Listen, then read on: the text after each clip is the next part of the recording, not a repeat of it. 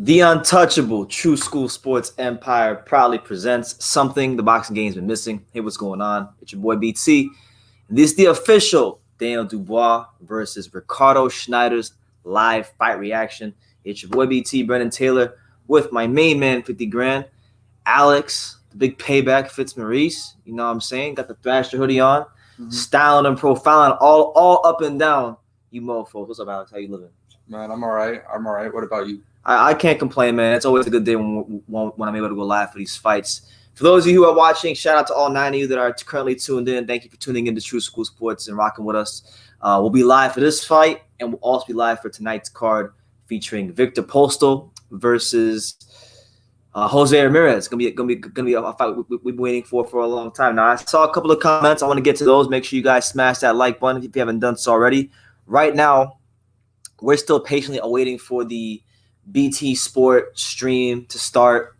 So nothing started yet, but once it does, we'll definitely have you guys informed. We'll have you guys up to date as to what's going on, when it's happening, and as always, giving you a good reaction. I mean, now, many of you guys may ask, where's Pops? Right now, Pops is busy at the moment, but he'll probably be here later on in the stream. I'm sure he will not take the time to miss Daniel Dubois because Pops loves Daniel Dubois. He thinks the world of Daniel Dubois.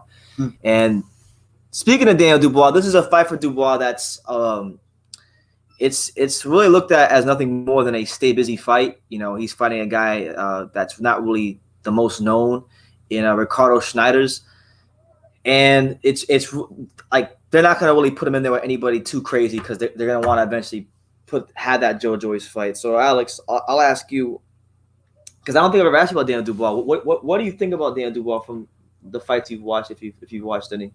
Man,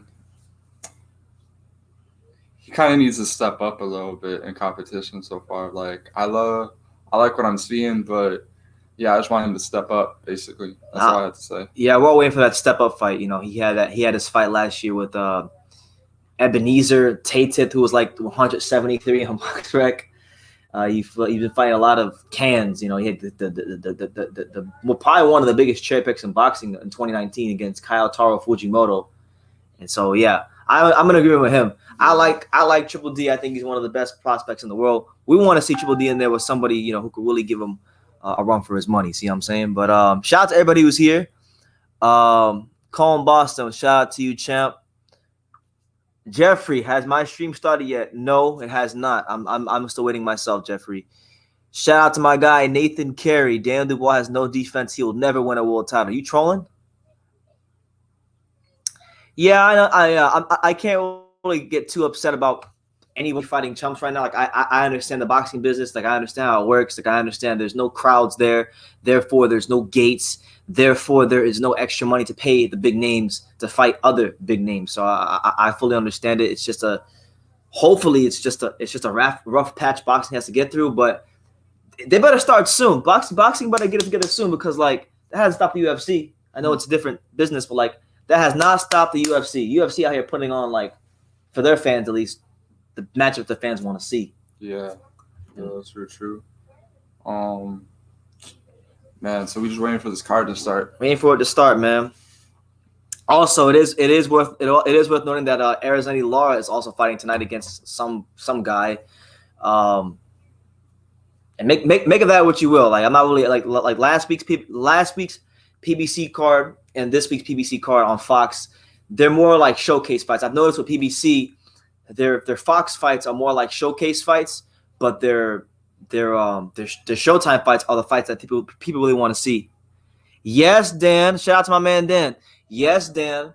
Daniel Dubois is only 22 years old. He's very young. He's very just in some ways still very raw.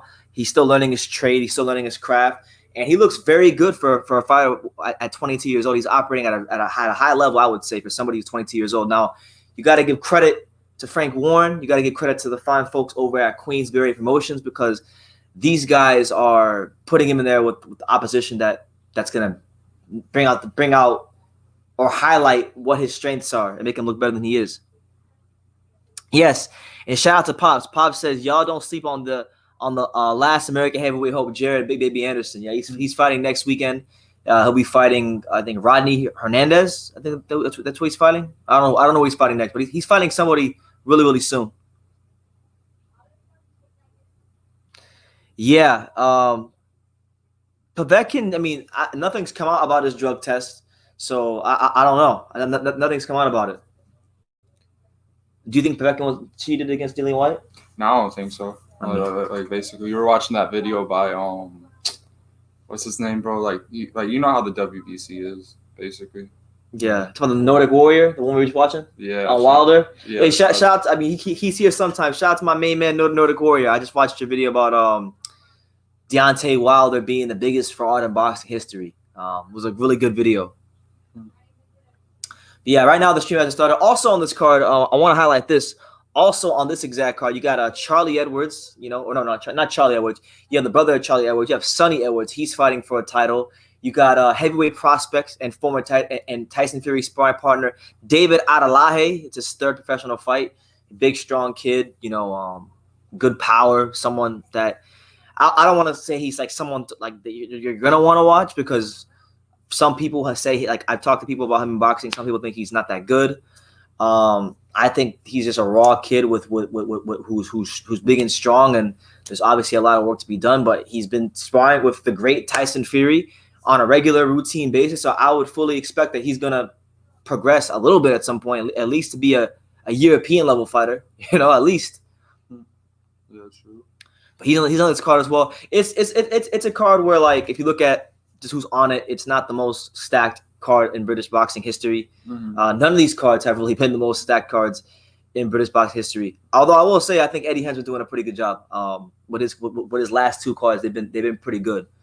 So yeah, man. I mean, right now we're just waiting for the stream to start. So if y'all got any questions, any comments, any concerns in regards to the boxing world, in regards to Daniel Dubois, in regards to tonight's fight, in regards to True School Sports, in regards to anything, drop them in the comments down below. Let's see. So I want to actually look at I want to look at the opponents for this card, because that's really what I find interesting. Because I don't know what talking about these opponents. So we'll start with Ricardo Snijders. Okay, 18-1, 8 KOs, coming to you live and direct out of the Netherlands. Okay, this guy. Oh my God, yo, Alex, this guy's gonna get killed. What? Oh, this guy's gonna get killed. So this dude, Ricardo Snijders, I'm looking at his box rec, okay? And I know you can't always be a box rec historian, but I'm being one right now. I'm looking at his box rec. His last 5 fights. Look at his last 5 fights. He's fought the guys whose records are respectively 7-13-2, 15-2-1. He fought a guy who was 5-0. He fought a guy who was 12-14. And he fought a guy who was 9-26-4.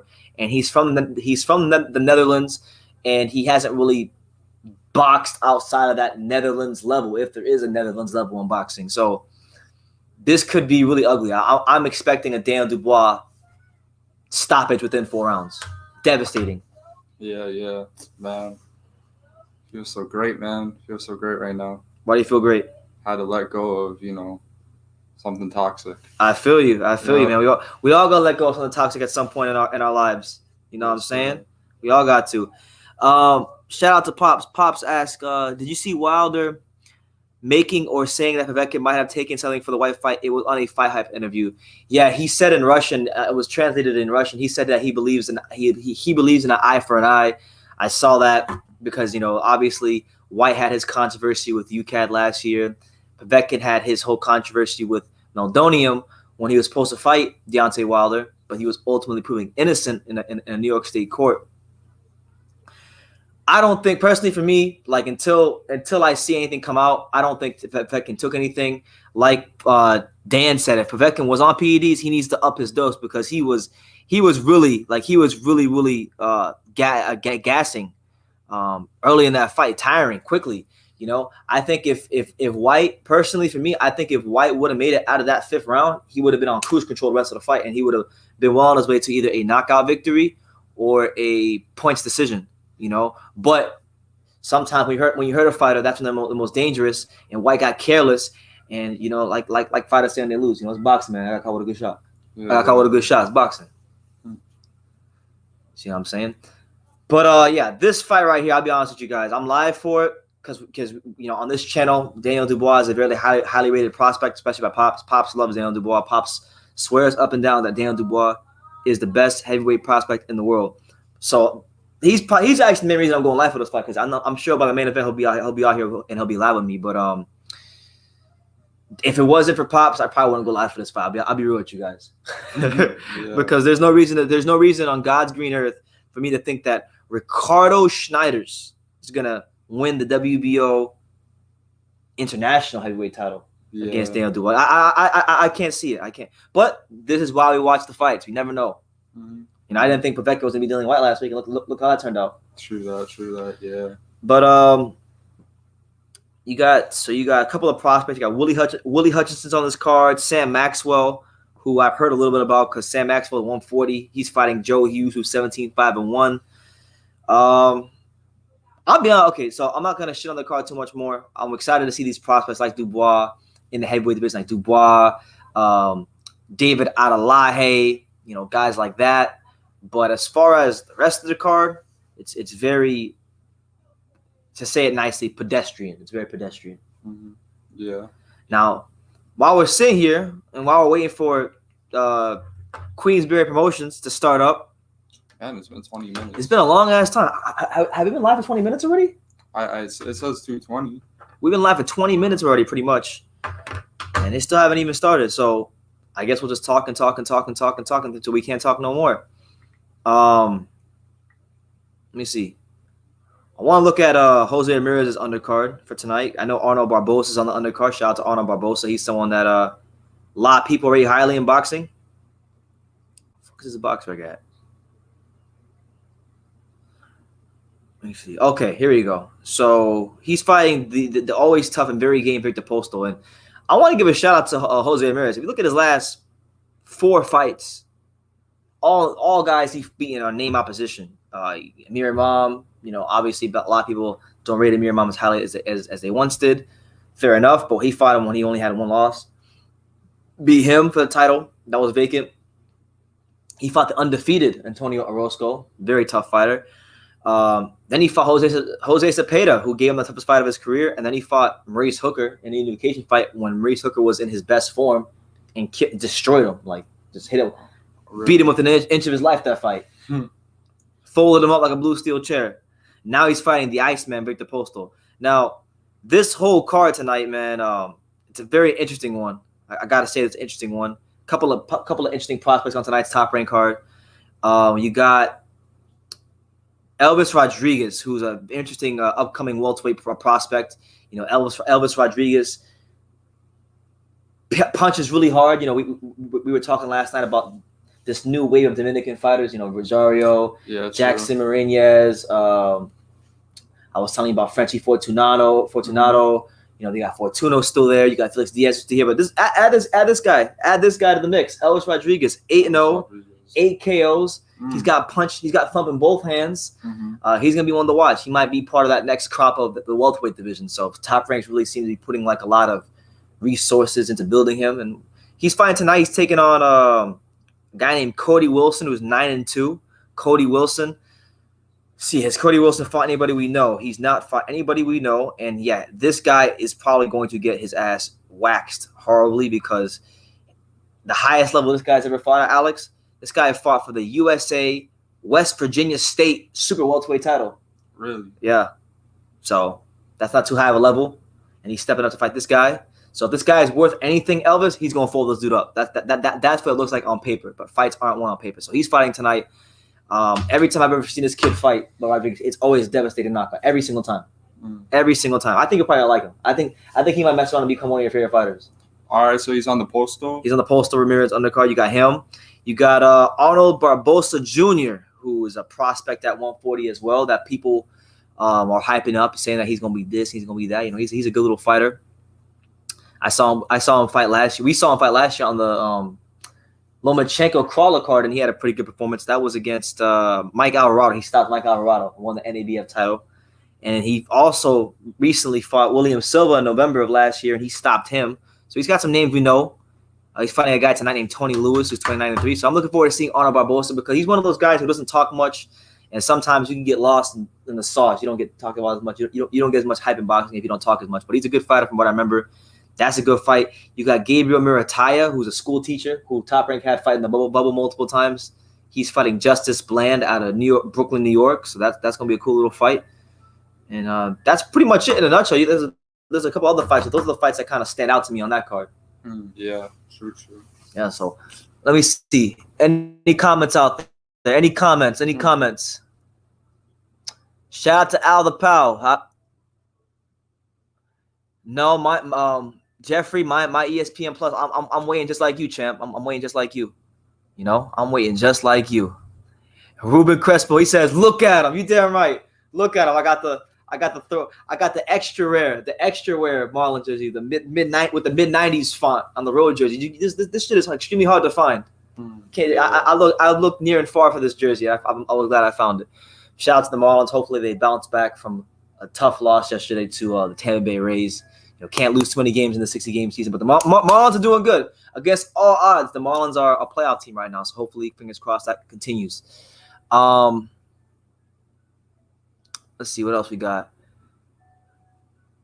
Yes. Lomachenko fought Ramirez in the Lomachenko fought a lot of guys in the amateurs. Lomachenko fought Ramirez in the amateurs. He fought Felix Verdejo in the amateurs. He fought the creme de la creme. Yeah, true. Is Luis Ortiz a top 10 heavyweight? Yes, he's definitely a top 10 heavyweight. I would say just off rip, you got Fury, Joshua, Wilder, Ruiz, White, Povetkin. After those six right there, he probably falls in somewhere around that 7 to 8 range. You can correct me if I missed anybody that you think is significantly better. Put them in there. You know, I think maybe I can make the argument if I wanted to, because y'all know I like Filip Hrgovic, but Filip Hrgovic still hasn't stepped up like Ortiz has stepped up. So I can't put him there just yet. But I would even think Hrgovic is not that far behind Luis Ortiz. Maybe you could argue Joseph Parker, guys like that. But yeah. Yeah, no, he's definitely top 10. I would definitely say that Ortiz is top 10. The problem with Ortiz is he's a good fighter. And believe it or not, whether people want to admit it or not, he's an incredibly difficult style matchup. He's a tall southpaw counter-punching heavyweight with respectable punching power. He don't got elite power, but he got respectable punching power, and he's a southpaw, and he's got the boxing skills. So, he's definitely someone that on his day can give anybody a problem in the division. But I would just say that he gets overrated a lot by the Deontay Wilder fans, because he is a good heavyweight, but they exaggerate how good he actually is, and they make him sound like he's, the second coming of Michael Moore or anything like that. Now, listen, we finally have the card starting. The first fight on the card is about to start. You got heavyweight prospect and Tyson Fury sparring partner David Adelaje in his third professional fight. He's in the ring right now, so sound on.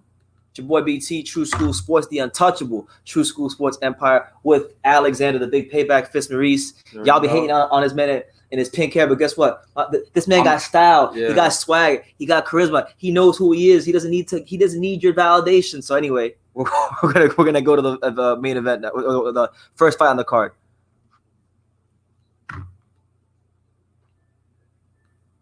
Okay, I don't know why. I'm not exactly sure why, but the stream that I'm watching on, the volume isn't working. The volume is on my computer on 100. HDMI cord is in. My TV is up. So I don't know why there's problems with the sound on the stream. So let me refresh or change streams. I'm gonna change streams. We're gonna go from the fine folks at Crack Streams, and we're gonna go to the fine folks at Viply, because Viply don't be letting us down. So we'll probably get the British commentary, which I don't like to watch sometimes, because the British commentary can be very, very, very, very one-sided. And when a guy is about to get robbed, you always know when you watch British commentary. So that's sometimes I don't like watching British commentary for that reason. But we gotta make it do what it do. I don't have BT Sport. That's not an American channel. So let's see. Viply. It's named after you too and everything, bro. BT. That's it. Yeah. It's named after me.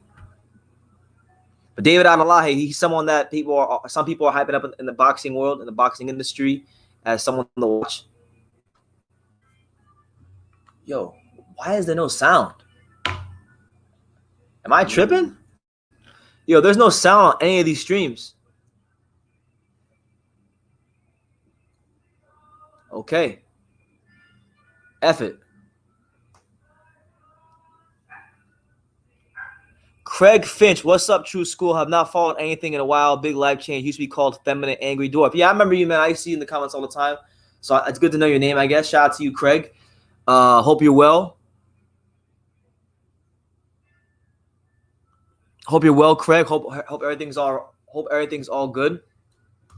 And yeah, good to see you in the chat.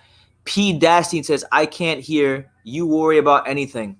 Nah, there's some things I don't worry about, man. I'm a pretty handsome fellow, so I don't worry about that. But I do sometimes get a bit anxious during these lives because I want them to go well, and I might come off that way. So yeah, maybe I do worry about when I come on these lives.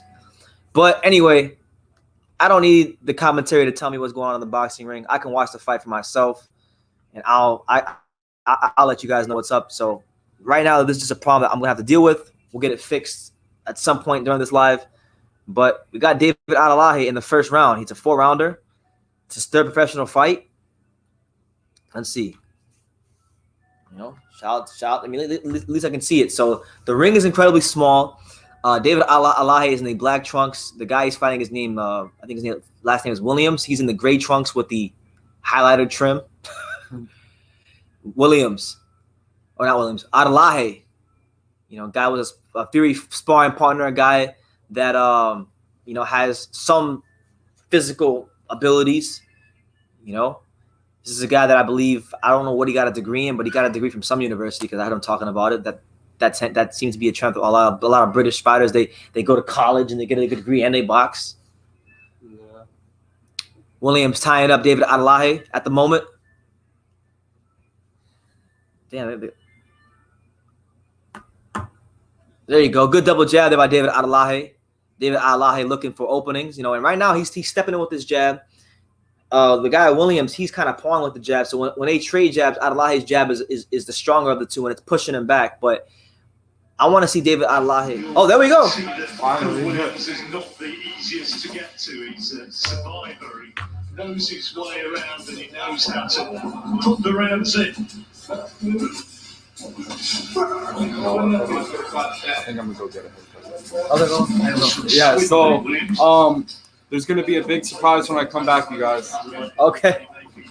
All right, so it's your boy BT. We're going solo. Alex gotta go do something. It's an emergency right now. But David Adelaje, we're here in the latter stages of the first round between him and Williams. You know, so far he's doing a good job of landing his jab, establishing his range. Now, well, obviously he's young in his career, so we don't want to be too critical of Adelaje, but he kind of telegraphs that right hand. You know, I want to see him kind of like sharpen it up, shorten it up. Johnny Berber, what's up, champ? Shout out to Johnny Berber. I'll get it to you right now, Johnny. Hold on. I've got a secret to tell you about the Happy Meal.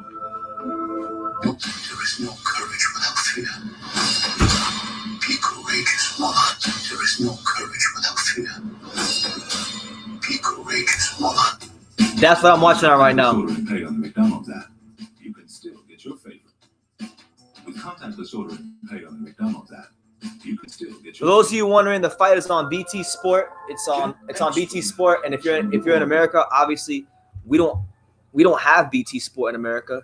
So your best bet is to go find a stream online. You hear now? Or? Yeah. Oh, here we go. Here you go. When one goes out, another one comes in. What's going on, guys? We got a man here who really needs no introduction, for he is known the world How you guys over. doing, man? It's the one. It's the only. It's Pops. How's everything, guys? A lot of interesting fights today, I think. Absolutely. Any kind of boxing is good. Now, right now, we got the heavyweight prospect David Adelaje. This is his 3rd fight. Big, strong kid from the UK. This is the guy that Frank Warren was hyping up as the next One of them, yeah, one of the guys. Dubois, whatever. I always tell you about him. He sparred Dubois a lot, and he sparred with Fury a lot. Yeah. He was one of Fury's main sparring partners, along with Jared Anderson for the Wilder camp rematch. Yeah. Well, I never seen him fight, so I want to see what he's all about. I mean, how big good he is. Oh, there you go. He's putting the punches together now. He's throwing the jab. He's coming behind hook, and then he's finishing off the right hand.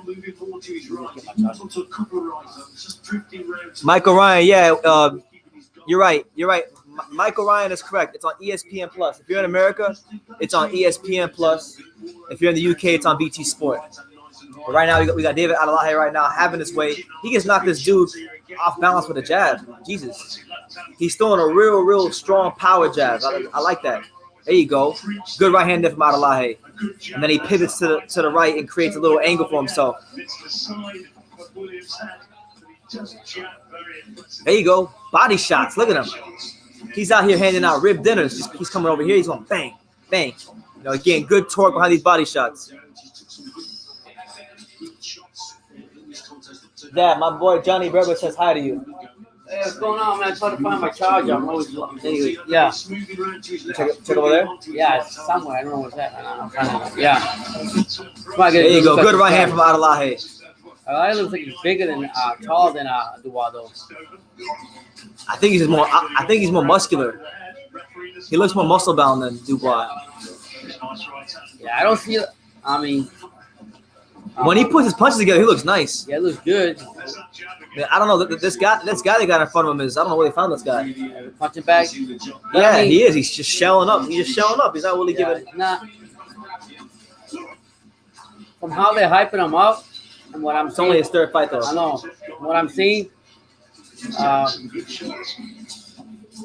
not getting a good feel for him. No, why you say that? I just don't see him. The way they're hyping him up, and the way Frank Warren's hyping him up, like next to Dubois, like this. I like him. I mean, he throws the power, he throws conviction, but he's not.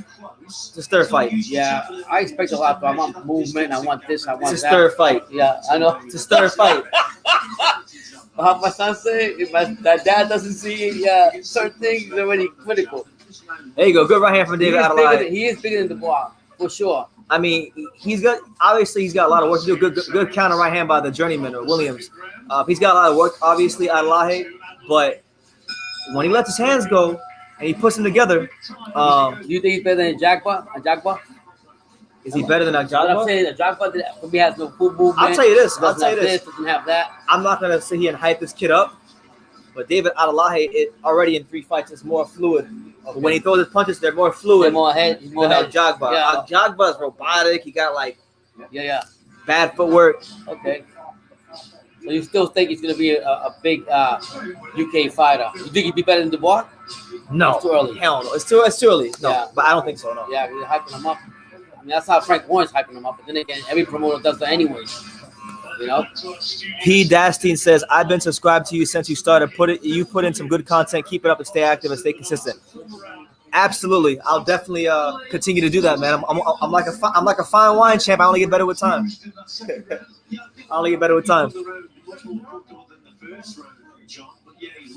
don't know, man. Al, I'm not really that excited about the Lara fight tonight. I looked at the card. I didn't really see anything that stood out to me, but I'm gonna watch it at some point, but it won't be tonight. All right, so round 3 of David Adelaje. Also, I want to give a big shout out to my main man out there in Australia, GMB Catastrophe. Shout out to him, man. Shout out to my man Graham. Shout out to him. Love that guy. David Adelaje coming out here. He's stepping in with a jab. There you go. Another good power jab by Adelaje. Now, I like when he's doing some good things. He's doing some good things. The torque he gets on his body shots is really good. His combination punching is fluid for a guy at the stage of his career. And then about 30 seconds ago, the guy clinched him and he punched out the clinch. He didn't just hold. So these are good signs. All right. Early in his career. Scoot in a bit. Do you think he should be better than I'm not gonna say who I think. Big Miller Anderson? I don't think so. I don't know. Probably, I don't know. I'm gonna wait to see. I'm gonna wait and see. I was just so hyped the way they had him. The way Frank Warren was It's hyping third him up. fight. I don't know, but I expect a lot. It's his third. What do you expect? Look who he's fighting. What do you expect? That's a gumball machine. Look fight who he's right fighting. You expect him to show you all this skills fighting a gumball machine fighter? It's my phone. The undercard just started. For those of you just tuning in, make sure you smash that like button. The undercard has already started. This is the first fight. You got David Adelaje, the prospect. He's in the third round of 4 right now. Good right-hander for Adelaje.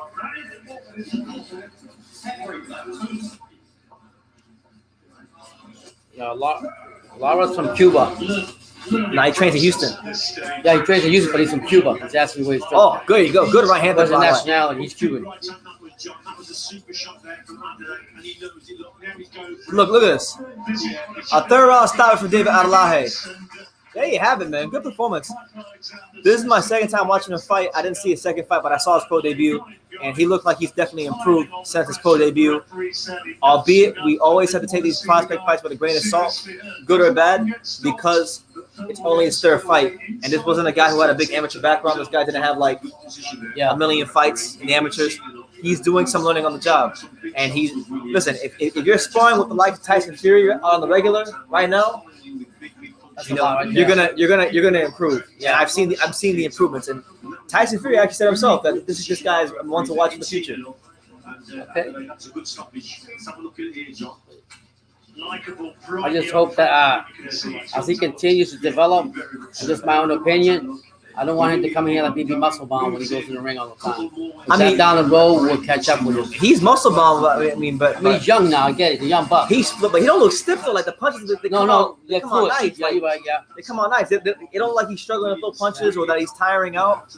We'll have to see though, because right now he's still fighting at that 4-round level. Yeah. And sometimes fighters can be front runners, and you don't know until they go past 4 rounds and they go to 6, they go to 8, they go to 10. So we had to take everything that he's doing right now, good or bad, with a grain of salt, because he's only fighting 4 rounders. That's true. I'll say one thing: he's in good shape though. And if you say he's getting a lot of sparring from the likes of Dubois and Dubois, Fury, Jared Anderson, that's all experience down the road that he's getting it from people that actually been there and has done it and seen something about him that they like. You know. And he's got, just looking at him, he does have one thing, believe it or not, that you cannot teach: speed. For heavyweight? Yeah, for heavyweight. When he lets his hands go, he's got very good combinations with his speed, with his combinations. Yeah. When he puts 3, 4 together, it comes out beautiful. So you for you to say that. I wouldn't say I'm impressed. I feel like I'm pleased. I think I'm satisfied. I'm satisfied. I've been reading about him with Warren. And he's this, he's that. So I get hyped. Like when I saw Big Baby Anderson, I was more hyped. I expected what I see for Anderson the first time I see him, because he showed me a lot. I'm not saying that this guy didn't do that. It's just the way they hyped it up over here. Over there in the UK, how Frank Warren hyped it up. He's a promoter. Yeah. 2 minutes, 10 seconds of round number 3. Our referee in charge. So David Adelaje just scored a 3rd round stoppage over some guy named Williams. He's 3-0 now, I believe, with 3 KOs. It was a much improved performance from the last time I saw him in his pro debut.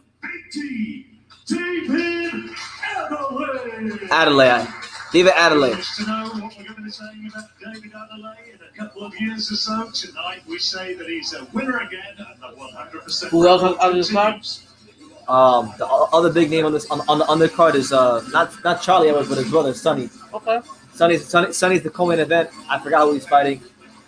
It's really a fight. This card is just literally showcase fights. There's not one fight where it's like 50-50 or you might just call for me, like, I'm gonna just say word this way. The dumbbell machine card. That or sparring sessions. Yeah, it's literally five sparring sessions. Because with Dubois, isn't he fighting Joe Joyce anyway? Oh my God! I'll do a box fight. The guy he's fighting, it's gonna be a crucifixion. I've seen it.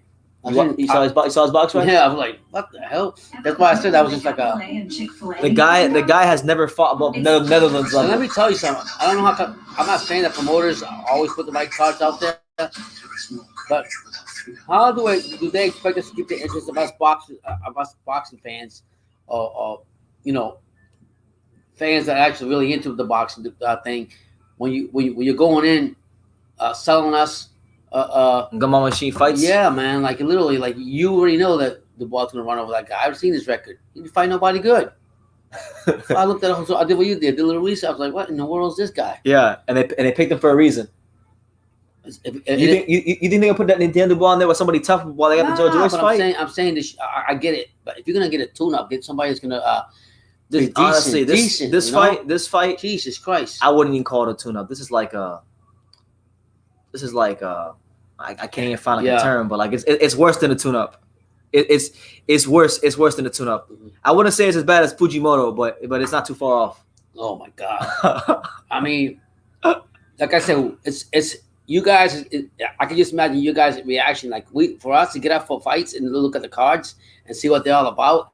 It's like editing and producing a show that you're trying to sell the show to the audience and show it to you guys. And sometimes it's hard. Thank God that BT at least is knowledgeable on a lot of the sports, not me boxing, and you guys lead on with your questions back and forth. Because let me tell you, if we didn't have that, shoot. This would just be like, shit. No, sorry, I should say that. I'm just saying that's the last word, but it would be like a morgue. But one guy brought on the live yesterday, well, we got a few minutes to talk, is that we should have like call-ins running, like a thing. I don't know how that works. People call in, ask questions live, and we can talk to them. Instead of just having them go live and talk to each other, have people call it like a podcast type like kind of like in a way, kind of like what the Boxing Voice does. Something like that. You think that would be good? Yeah, it would be. It would be. Yeah. Let me see. Got a lot of comments here. My main man, where is he? P. Dastine says, "What will you say when Wilder comes out of hiding?" Because I'm trying to figure out what the press will say to him when he comes up. Well, listen, I'll tell you this, man. I'll tell you this, man. I don't know when he's coming. I don't know when he's exactly going to come out of hiding. I can't say when, but there's a chance that when he does come out of hiding, it might be with your boy BT. There's a possibility that it might be with your boy BT. He might come out of hiding with me. I talked to his, as you know, I don't know if you saw, but I've dropped like 3 clips and the full interview out on my channel. I did interview his strength and conditioning coach, Joey Scott, who is in direct connection to Wilder. And I taught at Joey Scott. And Joey Scott had, this is confidential, semi-confidential information, okay? It's not really confidential because I'm going to say it. But it was told to me by him that there's a big possibility that Deontay Wilder might come to Miami for part of his next camp.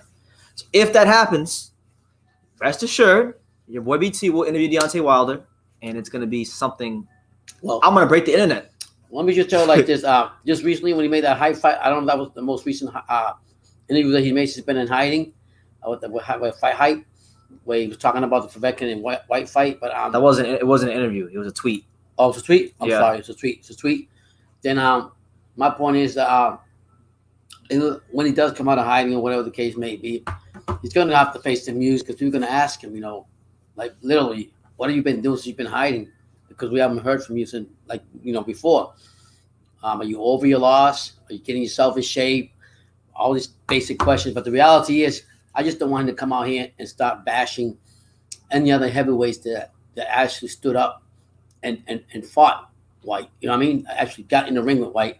What I'm referring to is Povetkin. Well, even Povetkin, he was supposed to fight Povetkin. Yeah, didn't fight him. And he didn't fight either one. He went out quacking. So don't hate. And let's get it straight here into school. We actually, we're talking good about Wilder because we like Wilder, but don't hate on other fighters and say like, oh, don't bring out anything that's not helping them out because you didn't take the steps to fight them. That's what I'm saying. But I mean, kudos to Wilder. I would love him on the channel. Thank you for his strength and conscience. We're trying to make peace with everything. We're not hating on nobody. We're just calling it the way we see it.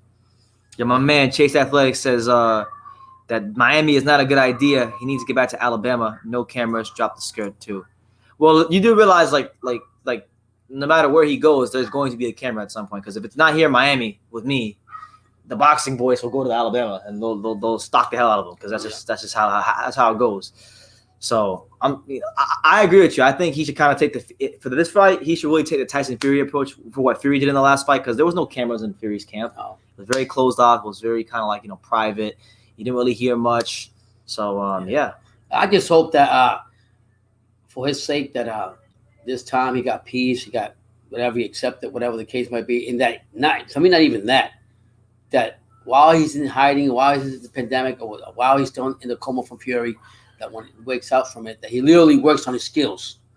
I want Wilder to come back. The problems he got are not fixable. The problems he got are not fixable. I'm saying if I want to see Wilder again, I just don't want him to come back with that lethal right punch. That we know he's blessed with that. I want him see him sharpen up those tools and sharpen up those skills. That's what I want. I don't want to see him come up with the same game plan, the same mentality, because if he does, it's not going to help him at all. Okay. We're just watching a repeat of what we've been seeing. It's like a movie playing it over and over. The old broken record. I want to address James' comments. I like what James said. He said Florida man does fight commentary. That's right, Florida man. Yeah. Listen, man, like I'm kind of just over the Wilder thing. I wanted to see the fight already, and I want Fury versus Joshua undisputed. Kind of to change subjects. Have you had a chance to look at the undercard for tonight's Top Rank card? Have you seen it? I was just looking at Postal's resume and. Okay, what do you think about that fight, Postal versus Ramirez? I got Ramirez winning. I think Ramirez is gonna the style of Ramirez have when he breaks in the ring, when he attacks around the ropes, and he gets you in there, he just goes full force. Although I got to give respect to Postal, his only 2 losses has been to Crawford and Josh Taylor. So and he's a formidable opponent because he's got the experience. He's been around. Former champion. He's been around, so it's not going to be easy. But I just think. Ramirez wants it too much. He wants to fight the other big names of his division, so I think he's going to pull it off. Do you realize that if Ramirez, because if he fights Taylor for undisputed, do you realize if he goes undisputed, he's going to be the first Mexican fighter to go undisputed in the history of boxing? Never happened. Kudos to Mexico. Kudos to him. You know. Yeah. For those of you wondering, has Daniel Dubois fought yet? No, he has not fought yet. In fact, he's not anywhere close to fighting. There's like 4 fights before we even get to Dubois. You got Sam Maxwell that's got a fight on this card. You got Sonny Edwards that's fighting on this card. You got some other random guys that are fighting on this. You got 2 other random guys I never heard of on this card. So it's gonna be some time. You got time. Yeah. Chris Tian says Povetkin versus Usyk for undisputed. I'm predicting upsets on both mandatory fights. Oh shit. Man, I just want to see Usyk back in the ring because Usyk's a guy that. People were pegging him to be the guy that runs the division, and you haven't really heard or seen much from him. I believe he's supposed to fight Chisora soon. I'm not sure if they finalized anything. I saw something about it, but I don't remember. Yeah, I haven't seen anything about it. But I mean, a lot of that is because they were doing the same thing that they were actually doing the same thing that White was doing. They were more concerned about stepping in and not allowing. I forgot what fight it was that his management didn't want him to want the heavyweight division to get. I don't know if it was Fury, Wilder, whatever it was, because he felt like he should have been mandatory. But he's only fought 1 time in the heavyweight division. How can you just assume that you can? Because he was an undisputed champion at cruiserweight, and generally speaking, if you're undisputed at a weight class and you move up, you can just get a title shot. Right, and what happened with them? They concentrated more on making a legal case of it, this and that. Well, now that he don't have to worry about who's the mandatory now after White loss, you know what I mean? But I still think that he should come out here and put some big victories together. I mean, don't sit here and bring up the law and the legalities. I get it. You got all the skills in the world coming from cruiserweight, and you dominate the cruiserweight the way you did. But you're in the heavyweight division, and you barely had only 1 fight up here. Not taking away what your skills are, but don't bring the legal parts in. Just go in and do what you got to do, and you'll get your turn. That's the way I see it.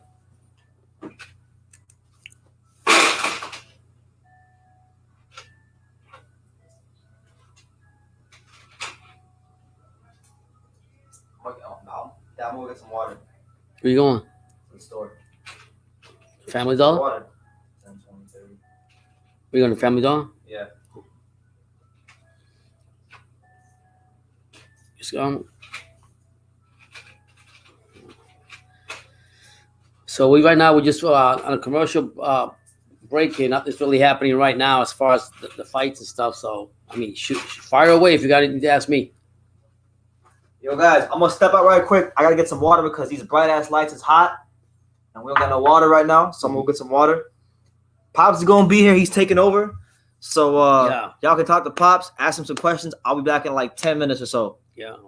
Get the cards and get some stuff for. No. Okay. We're getting in and out. Yeah, so the Ramirez fight, I think he's going to win that, but it's not going to be as easy as you think it's going to be. Watch for this. If it freezes, freezes, go to StreamYard. Go to StreamYard and just hit refresh. You'll be back by then. You hear me? What we're saying, baby. Yeah, so yes, for all you that are here, if you haven't done so, please hit that like button, subscribe, buy some beautiful t-shirts behind me, Teespring, True School Sports, and hopefully, my son finally went to Mundo Boxing and got what we were supposed to get from them. Camcorder show. So hopefully, all we need to do next when we go down there. Hopefully, we'll get to see Philip Hogovic. What's his name? Is our favorite fighter. Get an interview with him, and that'll be it. But right now, he's still not here back from his country. So when he does, hopefully, that's one of our goals to go ahead and get an interview with him. I also know that down here in Miami, the former undisputed female boxer who got beat by Cecilia Breakers is down here in Miami vacation. I don't know if you guys seen her on what you may call it on the stream. I forgot the name of the app that everybody goes to check her out. She's on there. She's here in Miami, relaxing and taking care, taking time and vacation. She deserves it, even though she lost.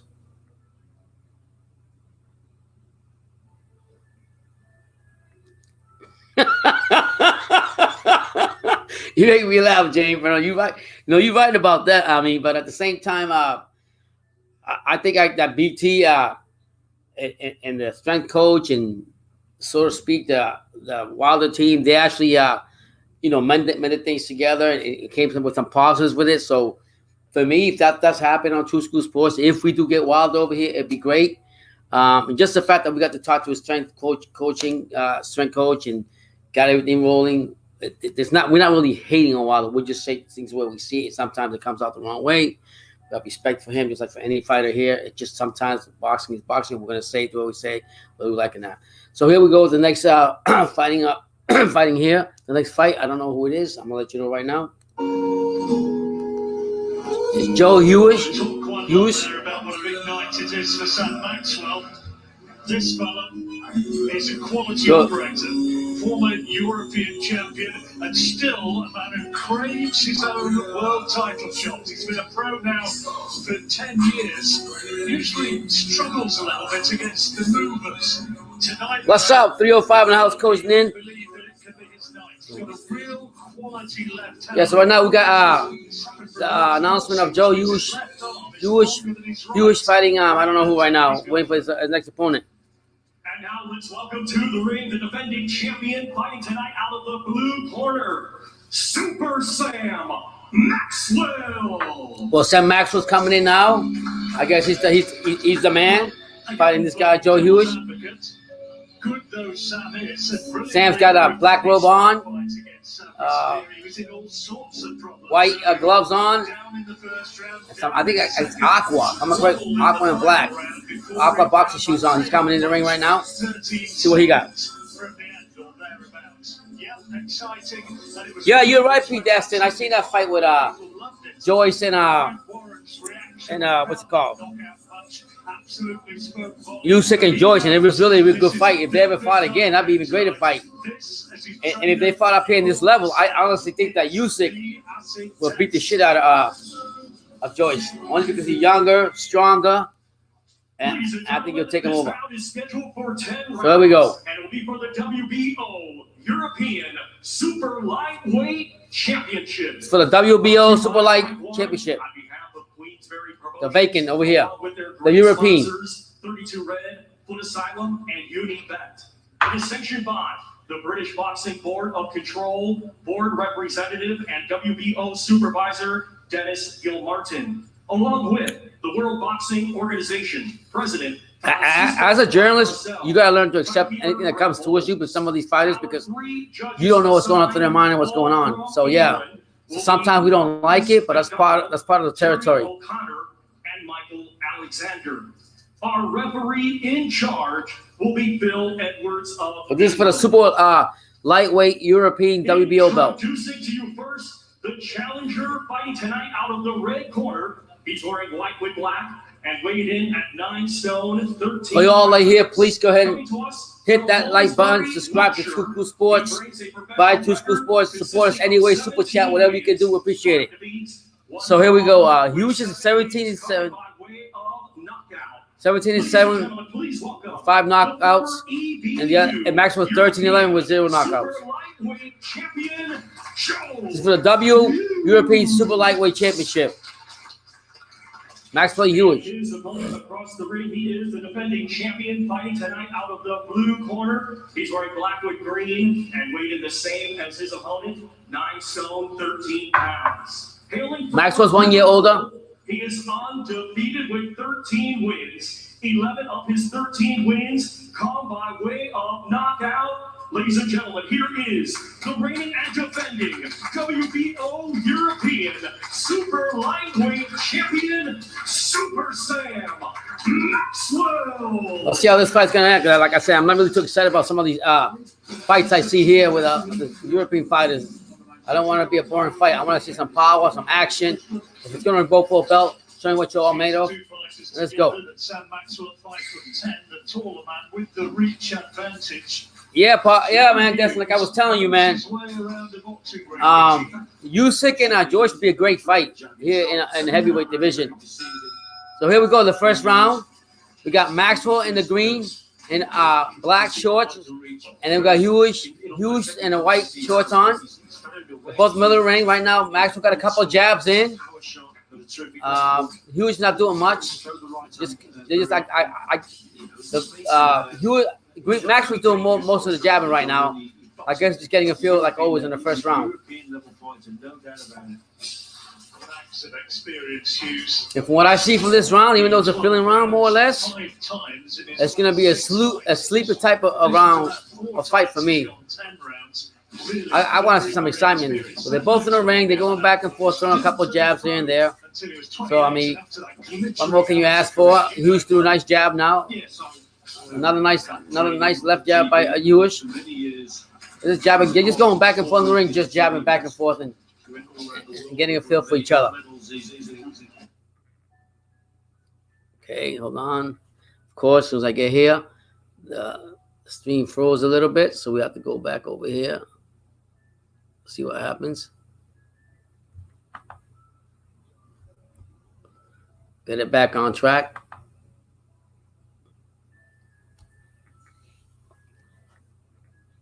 So right now it's Hughes and Maxwell going at it. First round's almost over.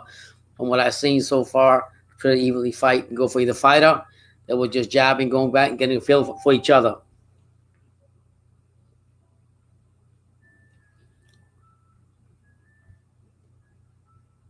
Okay, let me connect again.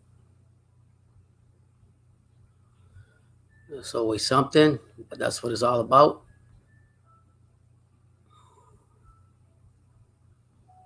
So reconnecting.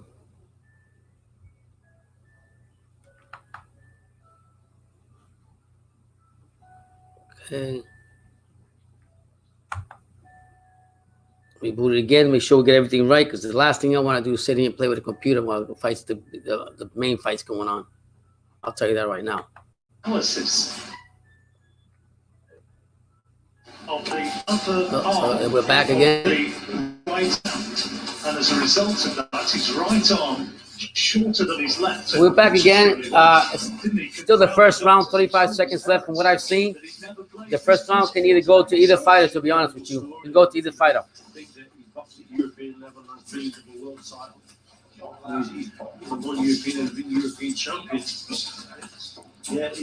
Yeah, he actually is, believe it or not. Yeah, he's actually staying fit. The problem is that sometimes there's weeks where we literally we just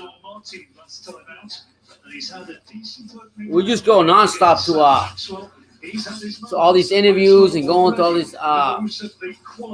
all these gyms, and believe it or not, here in the hot sun it takes a lot out of you, believe it or not.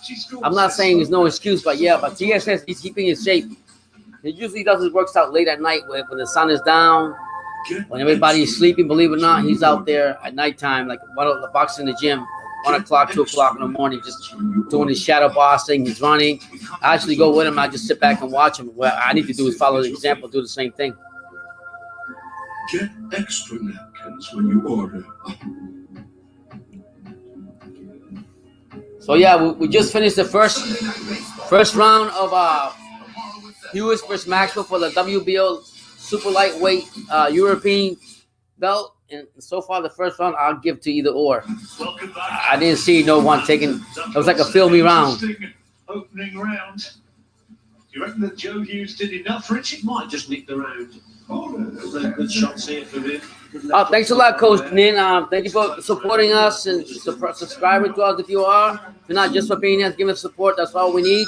And God bless to you too. And unfortunately, we have to make money to pay our bills. I get you on that. God bless you and your family. Thank you, Mr. Nin. So here we go in the second round. Maxwell's coming forward more now. Came with a couple of jabs, but now they're holding back each other in the middle of the ring. A couple of body shots by Hughes, but nothing doing. Oh man, I don't see nothing good about this fight at all. I'm not really excited for it, to be honest with you. Neither one seems to have the power that they claim they have. They're just jabbing, hitting at him back and forth. I want to see more. If you're fighting for a title fight, I want to see more. But right now, Hughes is doing a lot of the jabbing right now in the middle of the ring. They're going back and forth. A couple nice jabs by Hughes again. A nice shot by Hughes to the body. A couple light jabs by Maxwell. They're in the middle of the ring. Nothing really doing, guys, to be honest with you. Nothing at all.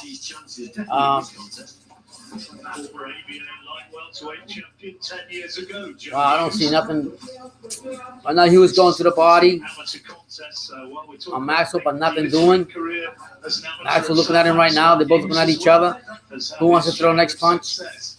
Nice body shots by Maxwell.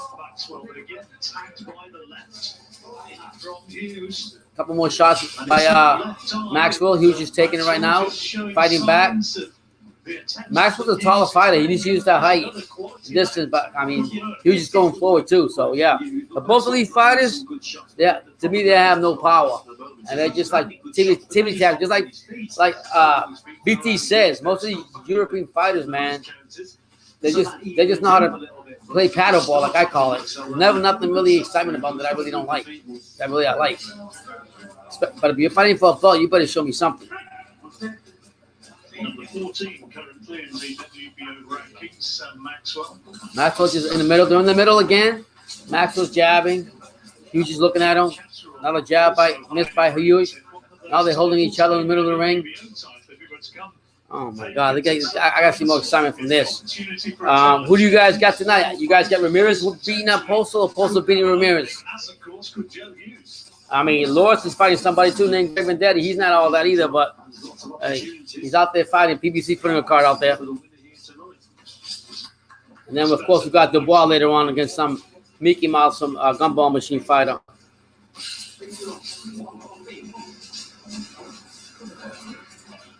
I think if promoters are going to put fights on, they need to put fights on where, okay, you can have some mediocre guys or guys that are like, going to put you to sleep, but put some excitement to the fights. This fight right here, I'm drinking coffee, and guess what? I got more excitement from drinking my coffee than watching these two fools. Second round is in the books, and again, I'm going to say pretty evenly matched, and nothing really doing same thing. They both playing paddleball with each other. Nothing very exciting about Maxwell and Hughes.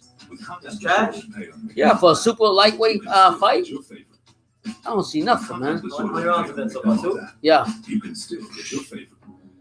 I can't get into these fights like this, but keep on talking. Patty cakes? Nothing, Brandon. How are you gonna play? How are you gonna go ahead and fight for a super lightweight fight? Not show anything. Like literally ridiculous. All right, I'm back, guys.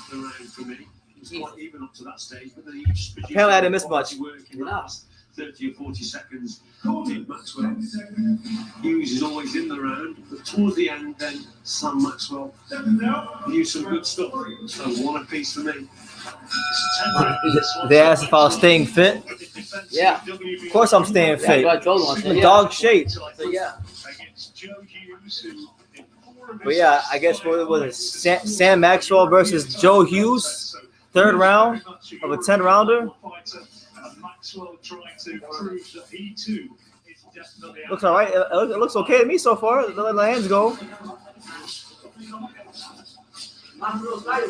Yeah, so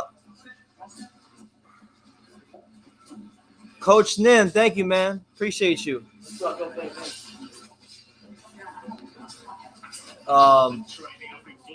Yeah, so I missed the first 2 rounds, so y'all gonna have to tell me. I had to get some water because I'll be under these hot ass lights. So this is very imperative that I have this at all times. We didn't have any, so. Sam Maxwell. Wait, which one is Maxwell? Okay, that's what I thought.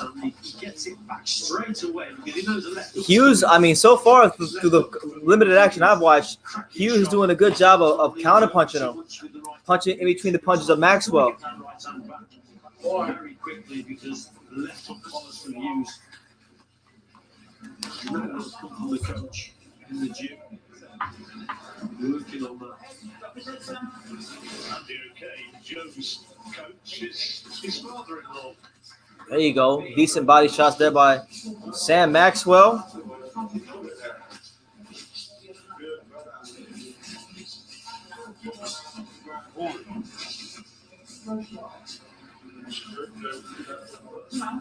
The first 2 rounds were that bad? No, they don't go back and forth. You know how I'm very critical.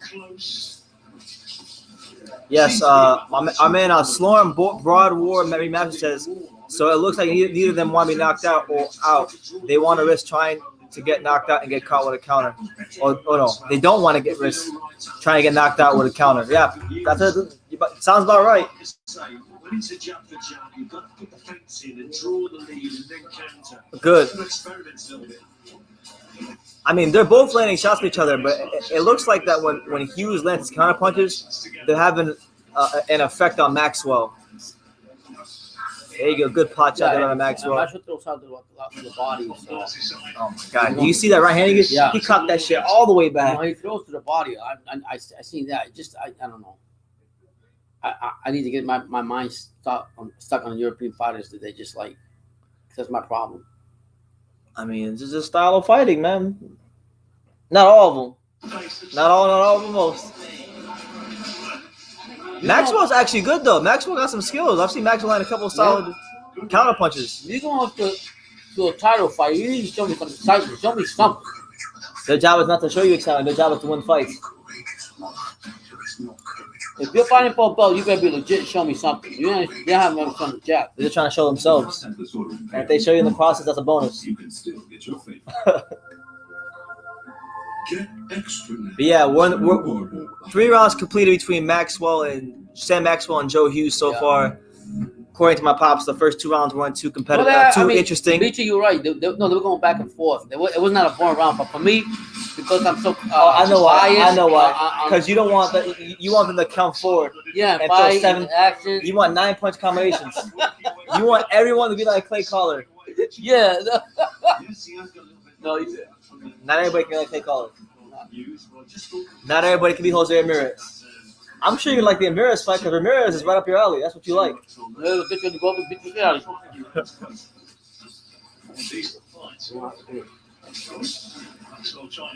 All right, so 4th round of Sam Maxwell versus Joe Hughes. What title's on the line? The WBO super lightweight, European title. Is this for a European title? You know, Tyson Fury says that if you want to be called a bum, you can just call him a European champion because that means. Oh, good left hook there from Joe Hughes. Sam Maxwell. Was that the lowest one for them? European? Yeah. No, it's not even close. Southern area title, Midlands, all that stuff.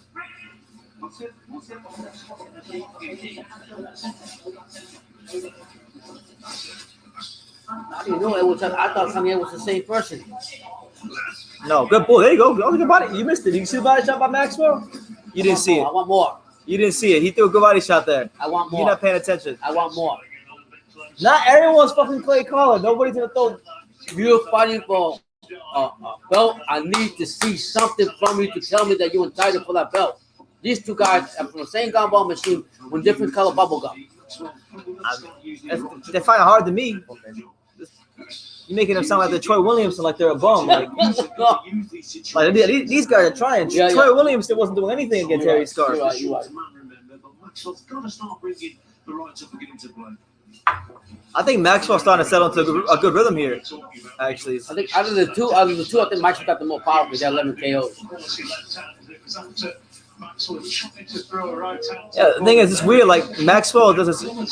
He be boxing like nervous. Like he's nervous. He's like, You think so? Yeah, You think he's hesitant? yeah, man. If you listen, who cares if you get countered? If you're gonna commit to a shot, commit to it all the way. That might be the shot that will hurt the opponent. It's ridiculous though, because Hughes is the shorter guy, but I actually think Hughes, at least for the 2 rounds that I've watched, he's doing a hell of a job in outboxing Maxwell. Yeah. He's using an up jab. You know, he's countering Maxwell with jabs, sometimes the right hand. Yeah. What do y'all think? For those of you that are watching this, what do y'all make of the first 3 rounds and almost 4 rounds of this fight? What do y'all think? I think a lot of times too, right? My problem with too is, and I shouldn't think that's this way, is I shouldn't be sort of biased to the way a lot of these fighters fight from the UK type, because that's how they were brought up. That's just I just gotta get used to seeing that and try to understand it. But it's hard when you know what I mean. It's tough for me to get used to that when I see boxing fighters come out and. I don't think the thing is though. You're saying that about Maxwell. I don't think Maxwell or Hughes really have like an amateur UK style. Like, I see them in there throwing punches. Yeah, yeah. They don't have any power. Yeah, yeah. They don't like neither one of these guys has like concussive power. Yeah. But they're in there. They're throwing punches. This isn't like Troy Williamson. I'm using Troy Williamson as an example for everything. Yeah, yeah. When we talk about basic British boxers, we talk about Troy Williamson. We talk about no footwork, no swag, no anything. We talk about Troy Williamson. We talk about average ass punching power. We're talking about Troy Williamson. Yeah.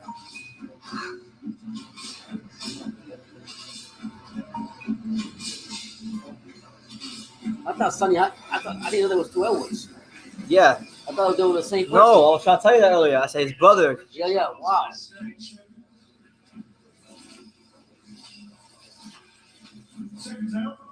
So yeah, we're heading into the 5th round of Sam Maxwell versus Joe Hughes for the European title. What we call it? Super lightweight WBO European title. So 140. Difficult to see who's going to be the stronger here down the stretch, as What? they say. Sam Maxwell coming out here early in the 5th round, pawing with the jab, trying to find his range. The difference in this fight from how the fighters are approaching it seemed to be that Maxwell, he's kind of pawing with the jab, using it as a range finder, and Hughes is committing to his offense. So because Hughes is the one committing to his offense, sometimes in these exchanges, Hughes is getting the better of Maxwell. But right now, Maxwell's doing his thing. Maxwell throwing a high volume of punches. Yeah. Maxwell's landing punches because he's making the decision to commit. But when he does that bullshit where he's like, Yeah, yeah. that's where he gets in trouble. So a couple of fairly straightforward wins since that up and down against Sabris and Deary that we were talking about earlier. 2 straightforward victories. His last was last November. All right. So Pops is going to step out right quick. He's going to go watch the dog. I'm going to take over. We're going to go solo dolo for the rest of the Sam Maxwell fight. By the way, guys, if y'all want to watch the fight and you're having a hard time watching, the stream is right there. The stream is right there in the comments. So if y'all want to go watch the fight, if y'all want to watch what I'm watching right now, that's what I'm watching right now. There you go. Good right hand from Sam Maxwell as they tie up on the inside. This is a WBO European title fight at 140. A lot of posturing going on by Maxwell. Maxwell does some good things, but sometimes he postures too much. Stop posturing. There you go. Well, you could argue that not a huge amount clean landing there, but certainly the volume coming from Maxwell. And the way he's boxing, you see, boxing at distance there. Yeah, Maxwell wants to box at distance. Maxwell, he's staying on the outside. And I'll be honest with you, if Hughes could fight at all on the inside, I think you'd give Maxwell problems because Maxwell doesn't seem to be comfortable at close range. You know, if he has room to throw these body shots, that's about it. But if you really smother him, he don't know what to do in there. He don't know how to pivot, how to shift, how to create an angle. You know, he wants to be on the outside. He wants to, jab. He wants to throw hooks and spin off of him.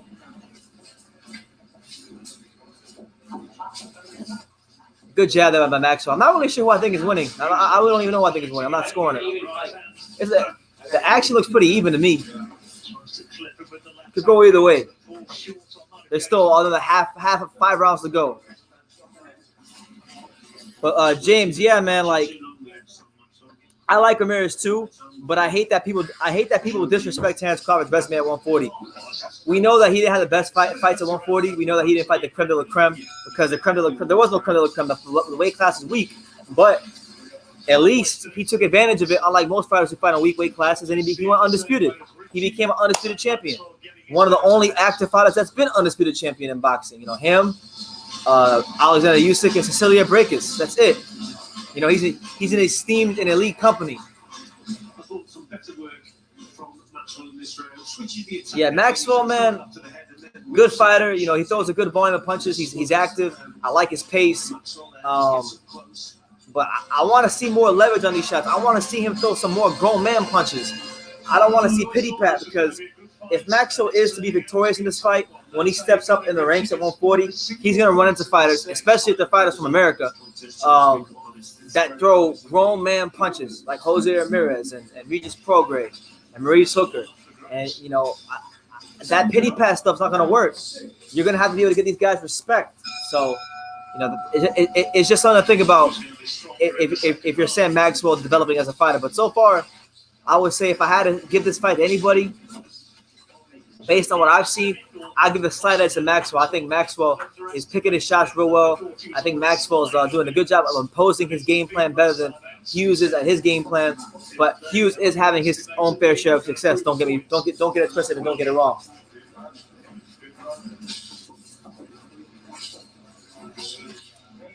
There you go. Good up jab there by Hughes. But then a sharp right hand counter by Sam Maxwell.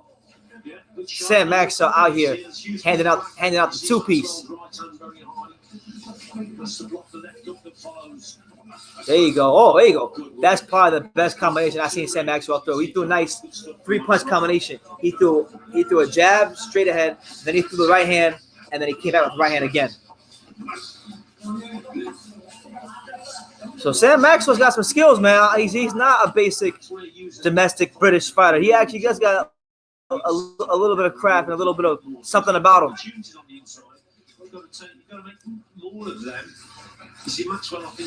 Good job by Sam Maxwell.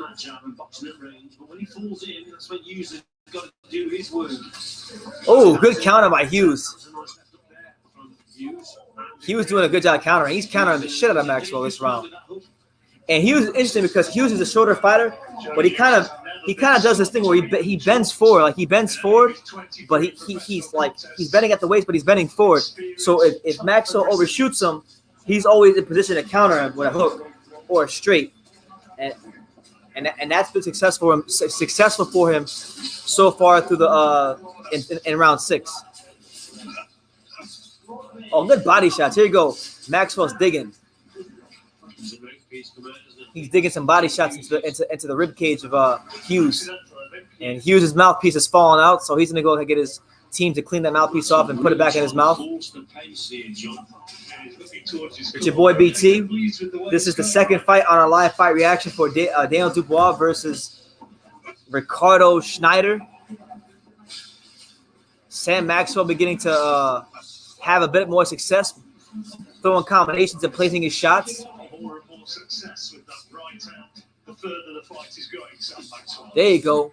Good right hand from Sam Maxwell. He tries to counter it or counter attack. He tries to beat into the punch. There you go. Good jab there from Hughes. But then he's countered by Maxwell. Okay. Good right hand from Hughes that snaps the head back of Maxwell. He and my man Maxwell looking like a bobblehead. He was like, bam.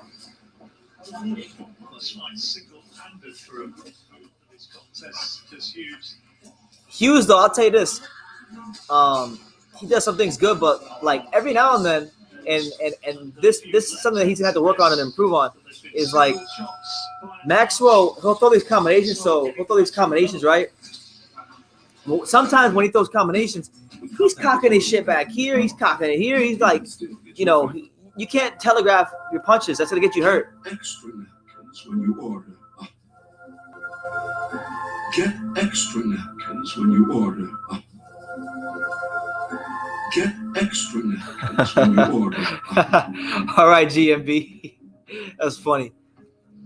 Chris says, who do I have winning? I mean, I've only seen I missed the first 2 rounds, so I can't tell you who I have winning. But I think Maxwell, I like the work that Maxwell's doing better because I just think his work is more consistent. He's beginning to put his punches together.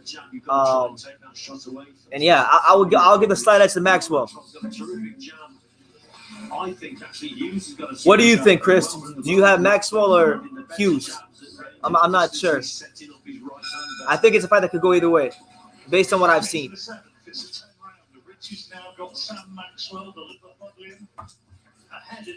So apparently Sam Maxwell's from Liverpool. I wonder which football club he supports. Is he an Evertonian like your boy BT, or does he support those scumbags? But another underrated punch that Maxwell can throw in so far in this fight, and he can do it again right there, is the straight right hand to the stomach, to the solar plexus, to the rib cage. That's a punch that's been landing for him really well. And if I'm Sam Maxwell, that's a punch that I would continue to try throwing, because if it keeps landing and it has any effect on Hughes, it's gonna bring his eyes down. And when his eyes start dropping, then you can come over the top of the hook, and then the party starts.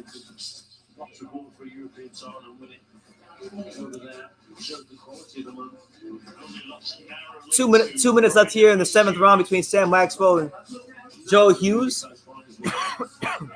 Jesus.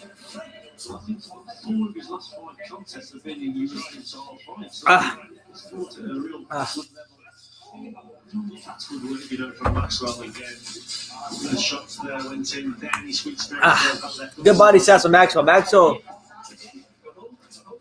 Maxwell's getting some really good torque on these body shots. I like the fact that as the fight wears on, Maxwell's beginning to show improvement.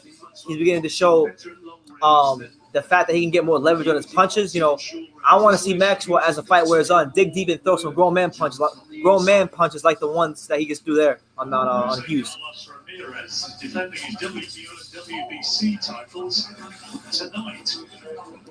I didn't see that, man, but Arsenal, man, shout out to Arsenal. I did see that Arsenal won the FA Cup, and I did see that Arsenal, they salvaged their season, and they got some good young players, and I'm pretty sure Abamosa is still there. So, shout out to Arsenal, man. I got friends. I got multiple friends here in the States that love Arsenal.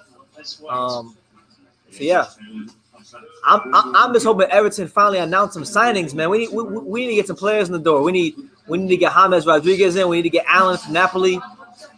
We need to get some of our shitty players out the door, like the Sigurdssons of the world, guys like that.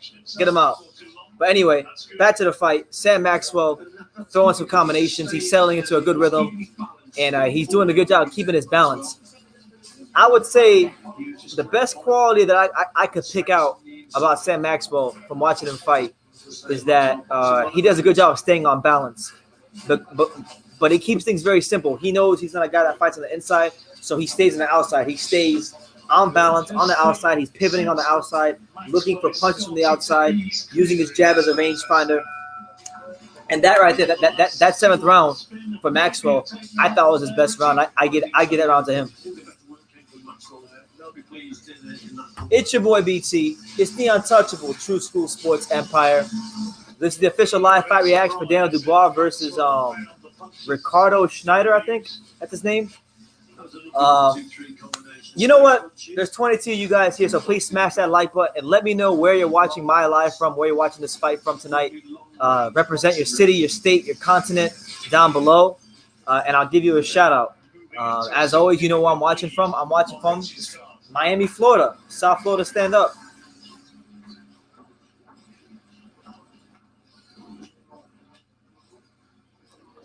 Yeah, we're heading into the 8th round of this European title fight between Sam Maxwell and Joe Hughes. Maxwell's been getting better and better as the fight's going on. He's beginning to kind of fight more of his fight on the outside, picking his shots, landing the right hand. Hey, there you go. See, I like that there from Maxwell. Maxwell threw a jab, and then he dropped down. He bent his knees, he dropped down, and he got some good torque on the right hand to the body.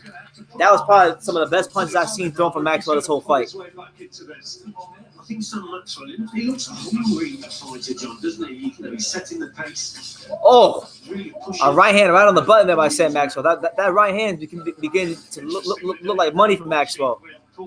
And Hughes right now doesn't have an answer. Hughes is he's trying to set up openings, but he can't really seem to keep this fight on the inside or at mid-range and make Maxwell uncomfortable. Shout out to my main man, Les Reed, out there in London. There you go. A good 1-2 right down the pipe from Sam Maxwell. Sam Maxwell from Liverpool. Doing his thing right now. There you go. Joe Hughes with a counter left hook. Yeah, right now, the way I see it, if Maxwell keeps doing what he's doing, he's well on his way to a points decision. And if he can land the right punch, maybe a stoppage. Different people see it different ways. When you have these close fights, close rounds, you see a wide divergence. Now, the last three British cards I've watched, there's been a lot of fights where I thought one fighter won, and then he gets robbed or gets on the wrong end of the decision. So I'm really hoping that in this particular fight, if Sam Maxwell continues to box how he's boxing, that they don't rob Sam Maxwell, because I think he's getting better as the fight's going on.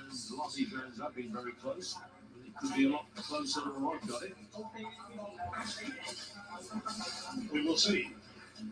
Assuming that it goes the distance, and there's every indication that it might. By the way, it is also worth noting, if you guys haven't heard already, that I will in fact be live later on tonight for the Jose Ramirez Victor Postal fight. So if you got time, come back around for that.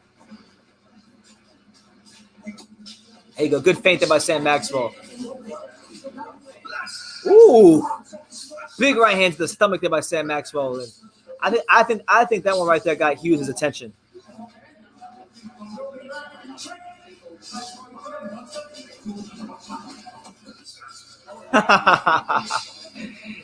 James asked, what would happen if the Antifa commie showed up at Little Havana? That wouldn't end so well, champ. That wouldn't be such a great time for Antifa. I'll leave it at that.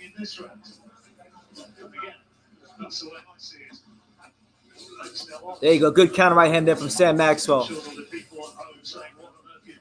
All right, so at the end of round 8, it's another clear Sam Maxwell round for me. Sam Maxwell, while Hughes is having his moments, and while Hughes is fighting well in spots, Sam Maxwell is beginning to separate himself from Joe Hughes, and he's well on his way to a points decision as far as I'm concerned. And I'm really hoping that BT Sport, Queensberry Promotions and the judges and all parties involved don't screw my man Sam Maxwell out of a decision, because right now he's on his way to a decision.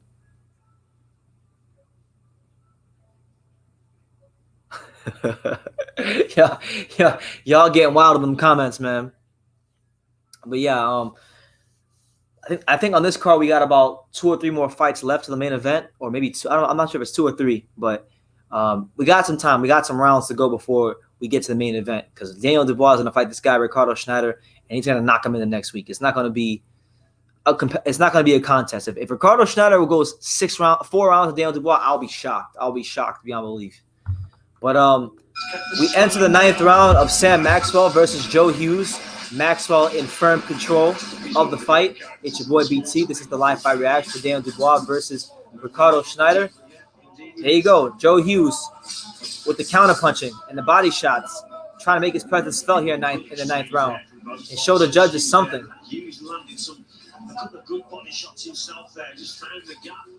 Good jab there by Sam Maxwell.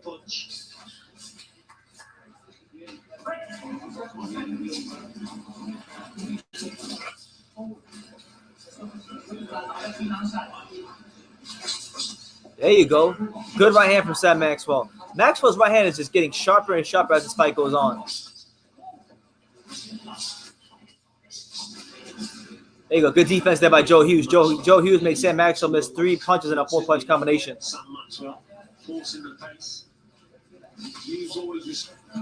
Yeah, but one thing I will say about Sam Maxwell, as he does step up in class, if he is to be victorious,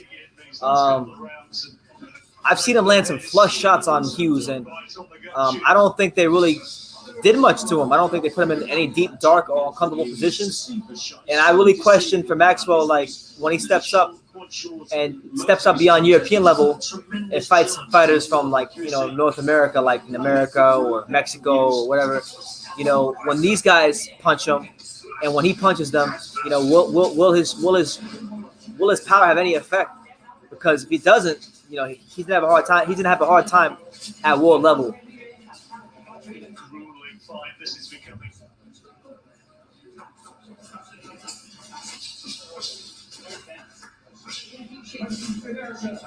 Good jab there by Joe Hughes.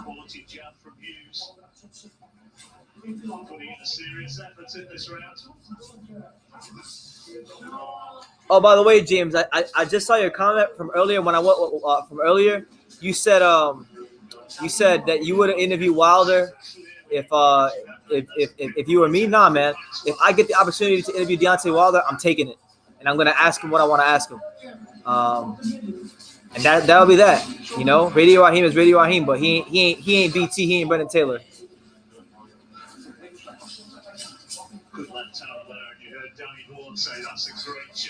But Sam Maxwell in the 9th round, I think Hughes is actually winning this round. I think Hughes is doing a good job of using the ring, getting Samuel to miss and being effective, and he's landed his own counter shots of his own here so far in the 9th round with 15 seconds left.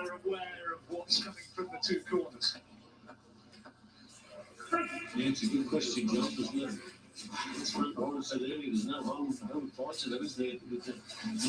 You guys here, make sure you guys smash that like button. Another tight round and the show of respect between the two as they touch gloves. Hughes had his share of success in that round. Yeah, I thought he did okay in that round. Hughes, I thought he was a little bit more accurate than Maxwell. You give it that one? Yeah, I thought he beat that round this time.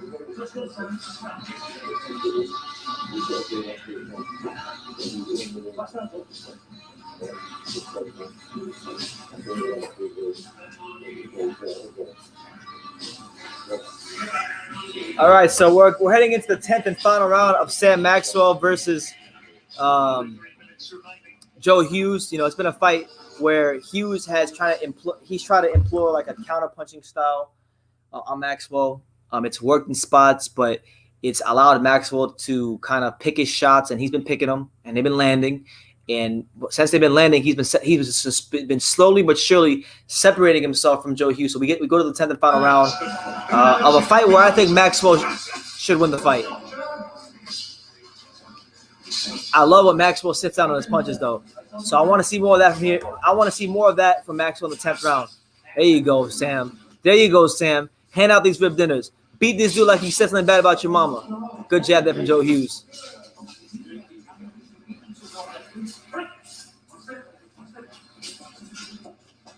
Yo, who's Cliff Robinson? I don't even know who that is. I might sound stupid asking that question, but who's Cliff Robinson? Single shots that come from Joe Hughes. This is very stimulating jab. He probably needed some more combinations in this contest. A lot of posturing going on right now between the two. There you go. Sam Maxwell with a good left hook at mid-range on Joe Hughes. Joe Hughes with the jab that snaps Maxwell's head back. Could be a very important round for both these fighters because you never know what the judges are seeing, and the British commentators are trying to say that this fight is close. So if it is close, if you're Maxwell, if you're Hughes, the 10th and final round is a round that you do want to get in the bag. Could turn out to be a really tight one. This good jab there from Hughes. always likely to be super competitive. Better jab from Maxwell. For both men. There might not be a crowd here roaring them on, but the importance of it is self-evident. 1 minute and 20 seconds left here in the 10th round between Sam Maxwell and Joe Hughes. Fights where you can see at the end of it, when the final bell goes, it's the sort of fight where the referee normally would be inviting the round of applause from the audience. Sam Maxwell throwing punches to score. He's getting real active right now. Good punches. Good right hand there from Joe Hughes. There you go. There's a jab from Sam Maxwell. Oh my God, good body shot. Heavy body shot on the inside there from Hughes. And that one definitely affected Maxwell because he sucked in real hard after he landed that. Sam Maxwell with the 4-punch combination up top. They didn't really land anything flush. A couple of them grazed Hughes, but we enter the last 30 seconds of this round with Maxwell up in his volume. Oh, shit. Cliff Robinson. Yeah, Cliff Robinson. He had the headband. He played for the Blazers. Yo, he died? I forgot about him. Cliff Robinson. I used to play with him in NBA Live on PlayStation 2. Damn, man. People just keep dying.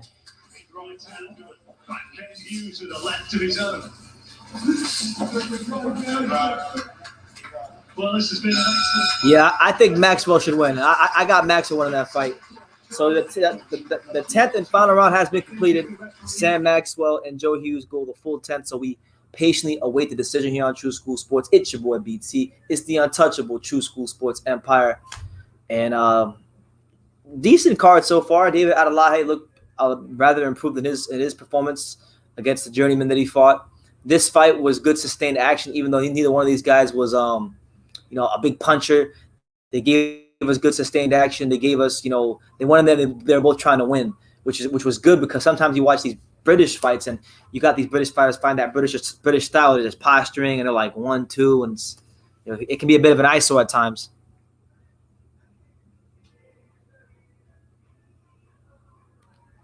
I appreciate you, GMB, man. I really appreciate you. You always here for the lives. You always show a lot of support, so I'm thankful, man. I'm really thankful. Yeah, man. RIP to former NBA All-Star Cliff Robinson, man. Shout out to him. Yesterday it was Chadwick Boseman. Today it's Cliff Robinson.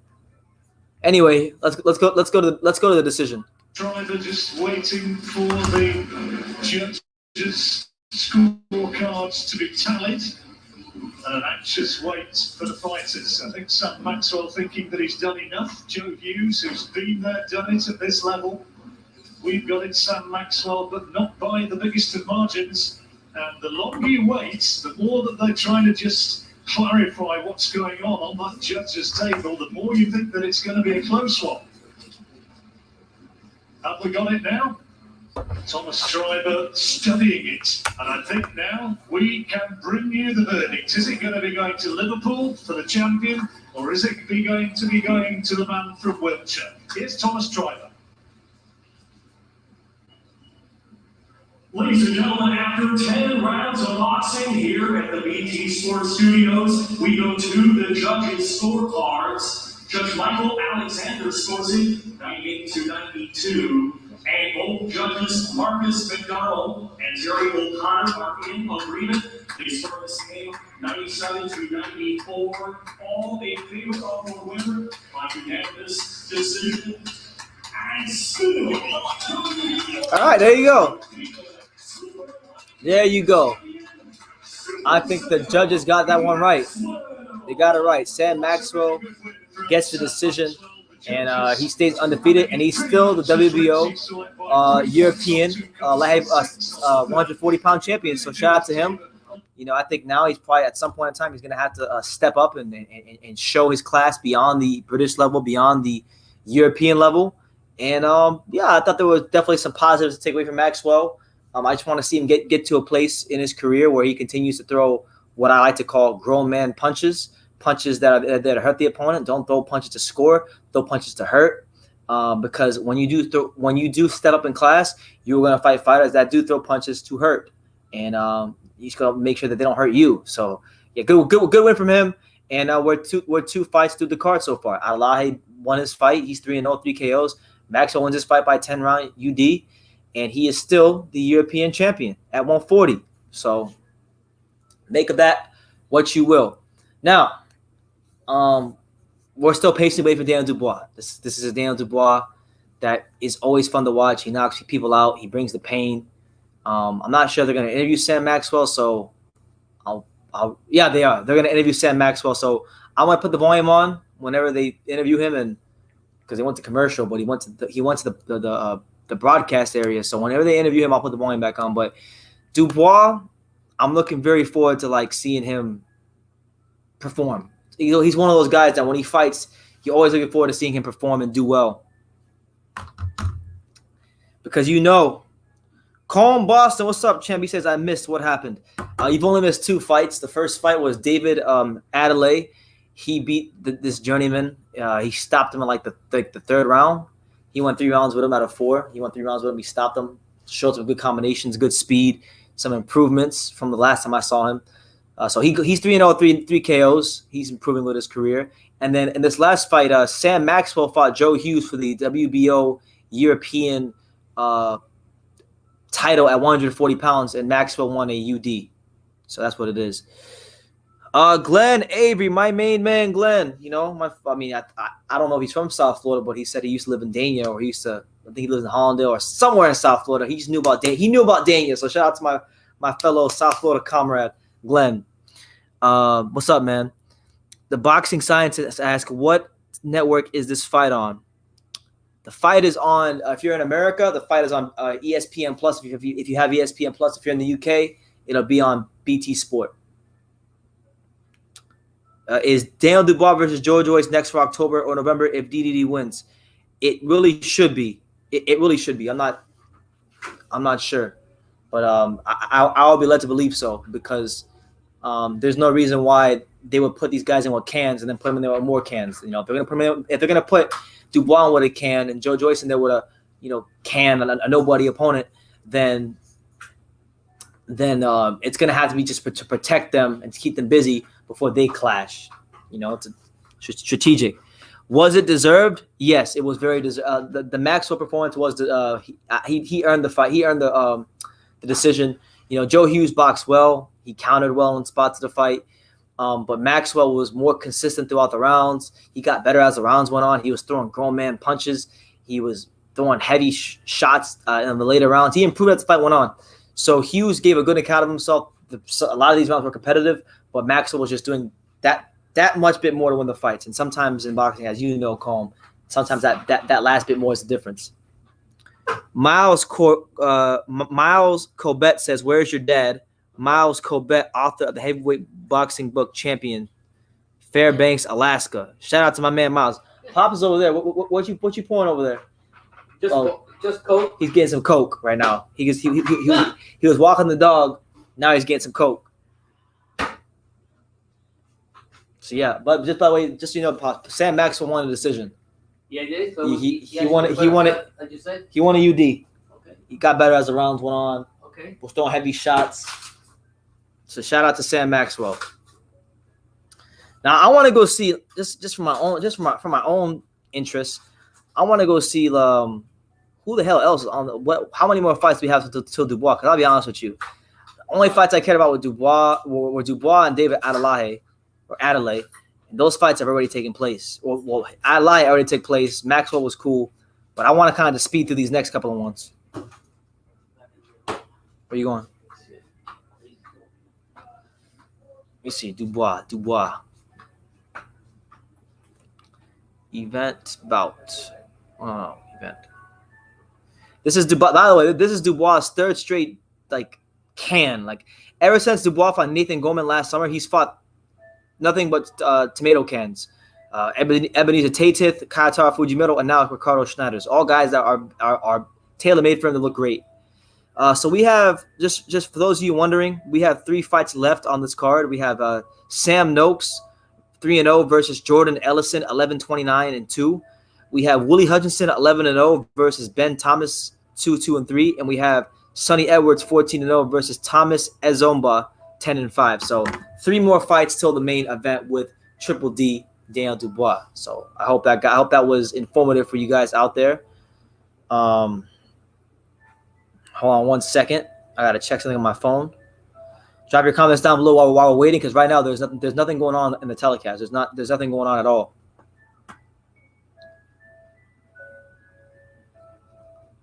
And give me 1 second too, guys. Give me 1 second. Hold on. Check it right now. I'm checking my freaking checking my I'm playing DraftKings just for fun. I'm checking my NBA teams right now. Just to see what the hell is going on. Because the first games just started, so your boy BT might be all right. But Pops, how you feeling about Daniel Dubois? The ball's gonna steamroll like a roller on him.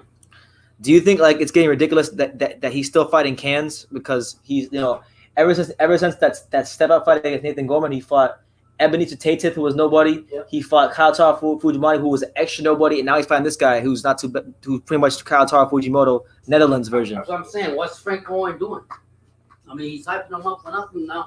He can't put him, if he's ready, put him in who he's supposed to be ready for. It's not fair for the fans to sit back and watch tomato cans from the flea market. BT, would you rather see Bud versus Gary Russell Jr. or Bud versus Kell Brook? I'd much rather see Terrence Carr versus Kell Brook. I think people always want to shit on Kell Brook and say that he's like not going to do anything, and they want to say like, oh, well, Kell Brook is washed. I don't think he's washed. I think Kell Brook, if the Carr fight gets signed, I believe we'll get the best Kell Brook possible. People need to understand that Kell Brook hasn't had any he hasn't had any real punishment in 3 years. The only question is, can he make 147 and feel strong at the weight? If the answer to that question could be yes, he could fuck around and be Terrence Crawford's toughest fight of his career. And that applies to if he fights anybody else either. But I just know for a fight like that, that's a fight where I think we might see the return of Special K, the guy that people fell in love with when he was IBF welterweight champion.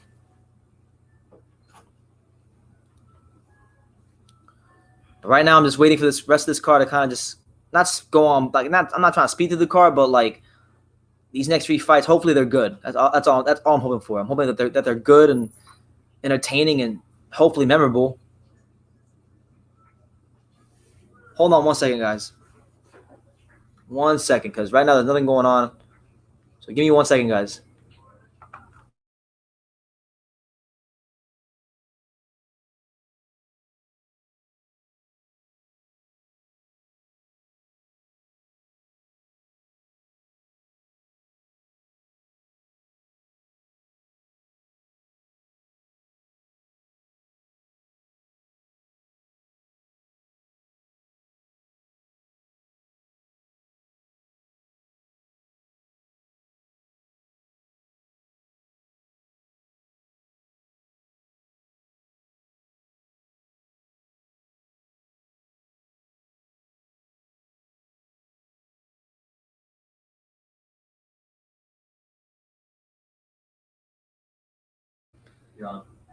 Yeah, so I'm just excited, to be honest, for the Dylan, not the Dylan, the what's it call it, Dubois fight. That's about it, because there's nothing else to be excited about with this card. But Frank Warren needs to put this guy with some more quality fights. I don't know why he's still putting him with the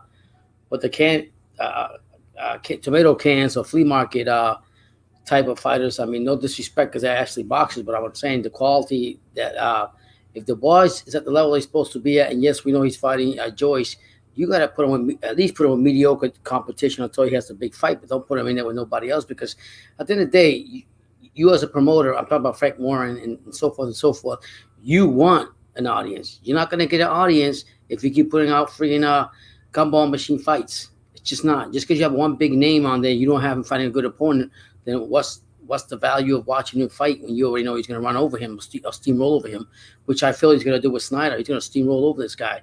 It's not even going to be easy for him, to be honest with you. It's not.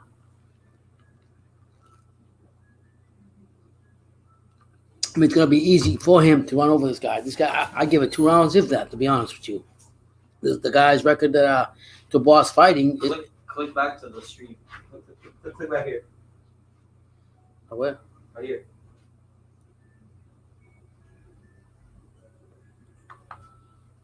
Okay, just keep it on. So yeah. The bottom line is, like I was telling you, you don't know what Frank Warren is doing. I'm just tired of dealing with garbage can fights and expect me to sit here and I don't mind doing it for you guys, but I'm just saying it's ridiculous. I mean, it's not fair for the fans. And like I keep saying, they're not gonna. Fans can't go to stadiums anyway. So why not have good fights on? Please do something. Don't be. I mean, Eddie Hearn's the same way. Eddie Hearn's put some decent fights and he put some lousy fights. He put decent fights and then he put. I mean, I'm just tired of the whole thing. Put some fights out we can enjoy.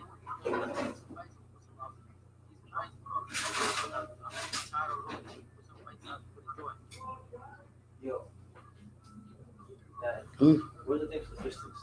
Look on the side there, brother. Yeah, so that's my point of view on that. Like literally, they got to do something. They got to do better for the fans. They deserve it, and that's all I got to say on that.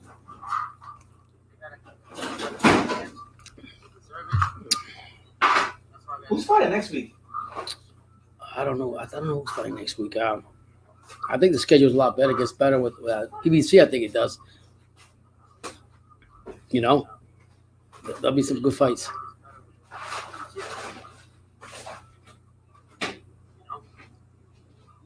Oh, someone was saying earlier that they say that I should interview Deontay Wilder because yeah, I seen it. Killed Radio for asking yeah, see, I commented on that. I basically said that as journalists, you got to be ready for the expect the unexpected. So I mean, that's just part of the territory. You know, you're there trying to get interviews. You're there to get interviews. It doesn't really matter whether it's Bronze Wilder, whether it's any heavyweight or any top fighter that is crazy. You just have to deal with whatever reaction you're gonna get. You're there to get the interview, no matter what it takes to get it. Not just for yourself, but for the fans. So you shouldn't be afraid if Wilder yells at you or gets off on you. I mean, don't get me wrong. If anybody needs to probably yell at you, it's probably you. But he gave you props on the video you gave last time, so you should be okay.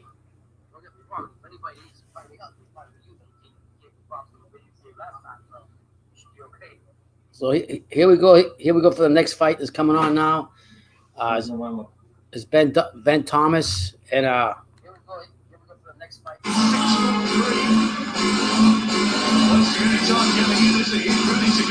Ben Thomas against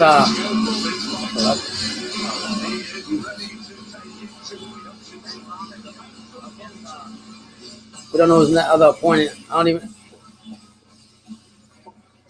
So it's the next fight. Oh, Willie Hutchinson with Ben Thomas. Willie Hutchinson against Billy Thomas. Ben Thomas. Now, we respect all fighters here on True School Sports, guys. Yeah, we do. When you watch some of these cards, there are certain fights where you guys need to take the time to go make some fish sticks and go eat. Yeah. Right BT's got a little hungry. So he's taking a break in between since this card's not a big card. So he's getting something to eat, get that stomach filled up.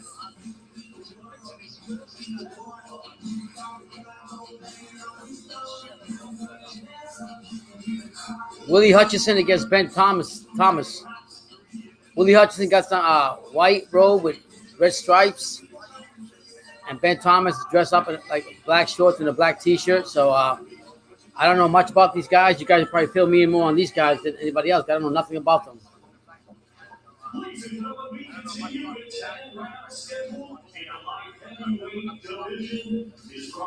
It's a light heavyweight division 10 rounder.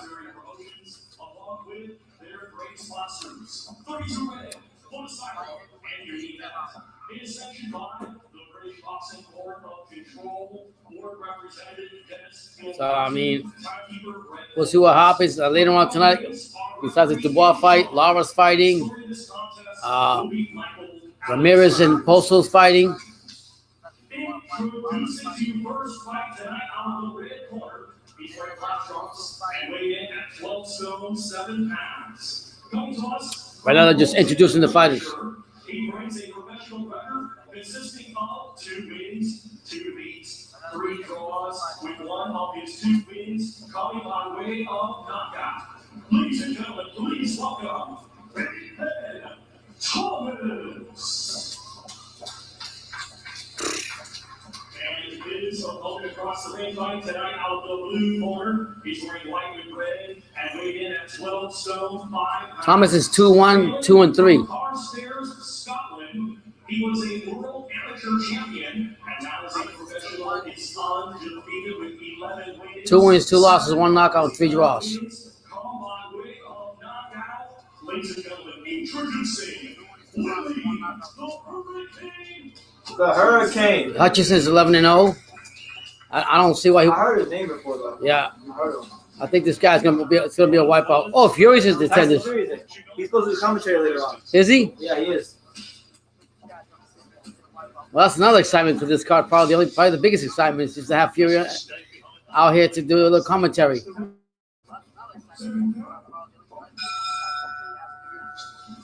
So here we go. First round.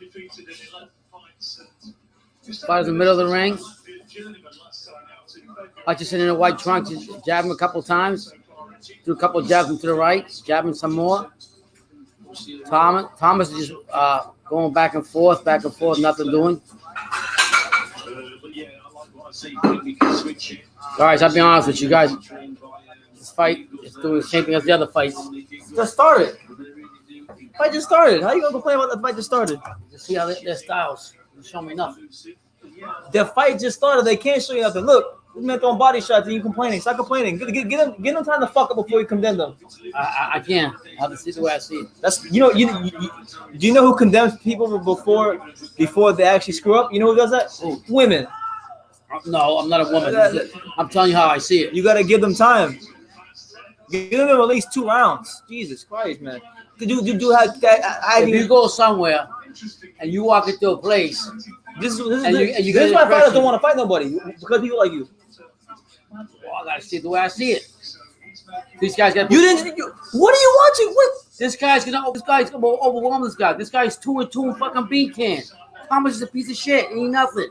This guy's 11-0 with how many knockouts? Please, he just got knocked out. Okay, but you were saying they're not showing you nothing. Then he knocks him down. I get it, but you automatically just by looking at what you're seeing, this guy's gonna overwhelm this guy. That guy's a garbage tomato can.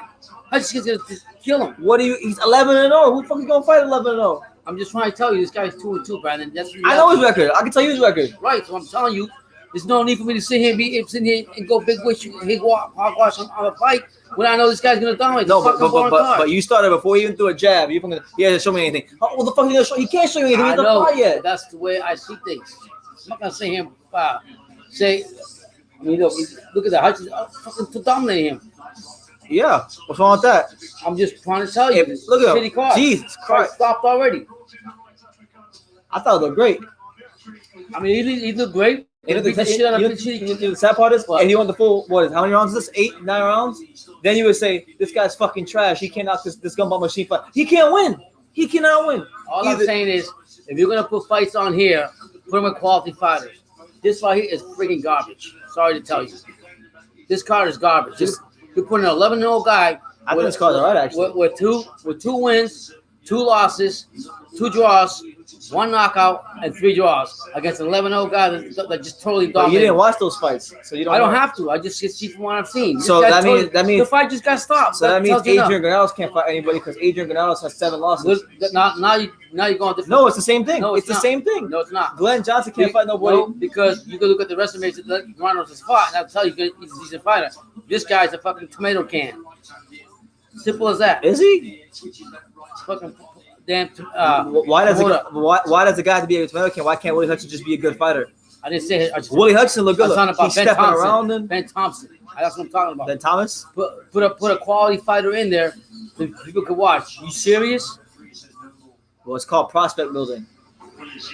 11-0. Okay, since you're the Mr. Expert here, Mr. Matchmaker Expert, who the fuck should Willie Hutchinson fight at fight somebody that's at least 10-0, 10-1, 9. Show me some legitimacy. This guy right here is 2-2, 2 wins, two wins, 1 knockout, yeah, that's 2 9 draws, fights. And 3. That's 9 fights. I don't care. It's on the same amount of fights. It's a shitty fight. If I'm betting, I'm gonna take Hutchinson before he even starts. You know why? And he ran right by him. Like nothing. I don't want quantity. I want quality. Well, guess what? Beggars can't be choosers right now. So Willie Hutchinson stops Ben Thomas in devastating fashion. Yeah, I couldn't really enjoy it because this guy's being a woman right now. Before you about being a woman, you're hating on both of them. I told you. I said he's 11-0. Hutchinson's 11-0. Ben Thomas is 2-1, 2-3. What did that tell you alone? It tells me that he's a journeyman and he's a prospect. Journeyman prospect. You see those matches in boxing all the time. I don't want to see boring fights. That fight wasn't boring. You were hating too much. I enjoyed that fight. No, the fight was good with Hutchinson overwhelming him, but the other guy didn't jack. They can't win with you. Warren needs to Because if Warren puts him, if he goes 5 rounds with that guy, you're gonna say he's fucking trash. You're gonna say he's a bum. I just call it the way I see it, son. No, you don't. I call. You didn't even watch the fight. You were sitting. I don't have to watch the fight. I see enough. I'm done. My son's getting upset because I'm calling it the way I see it. I'm not gonna sit here and shoot hogwash a fight with an 11-0 prospect fighting a 2-2 that I feel that is gonna get run over. That's my opinion. You can't tell me no. That's not even a bad record. You watch British boxing? They could put him in there with a 10 and 177 guy. Yeah, how about that? But I'm just saying, how about 10 and 177? If you're gonna have a card, you gotta put better quality fighters. That's my whole issue with this. I agree with you, but I sat here. Not even one second came on the clock, and you're saying these guys have shown me nothing. What the fuck? They fight just started. I said Hutchinson is gonna overwhelm him, which he did. He did. Overwhelm. Sensational. I'm sorry. He was sensational. Okay. So I mean, it's boxing. It is what it is. I mean, we get it here in the U.S. too, so you're not gonna have a perfect card. What's that? That's it. And ukulele. And so we're gonna make men out of every one of you. The days of sourdough are over. Because live sports on. There is no courage without fear. Be courageous, one. There is no courage without fear. Be courageous, one. There is no courage. Go to Coach Martin. Go to crackstreams.com. And I get the fight.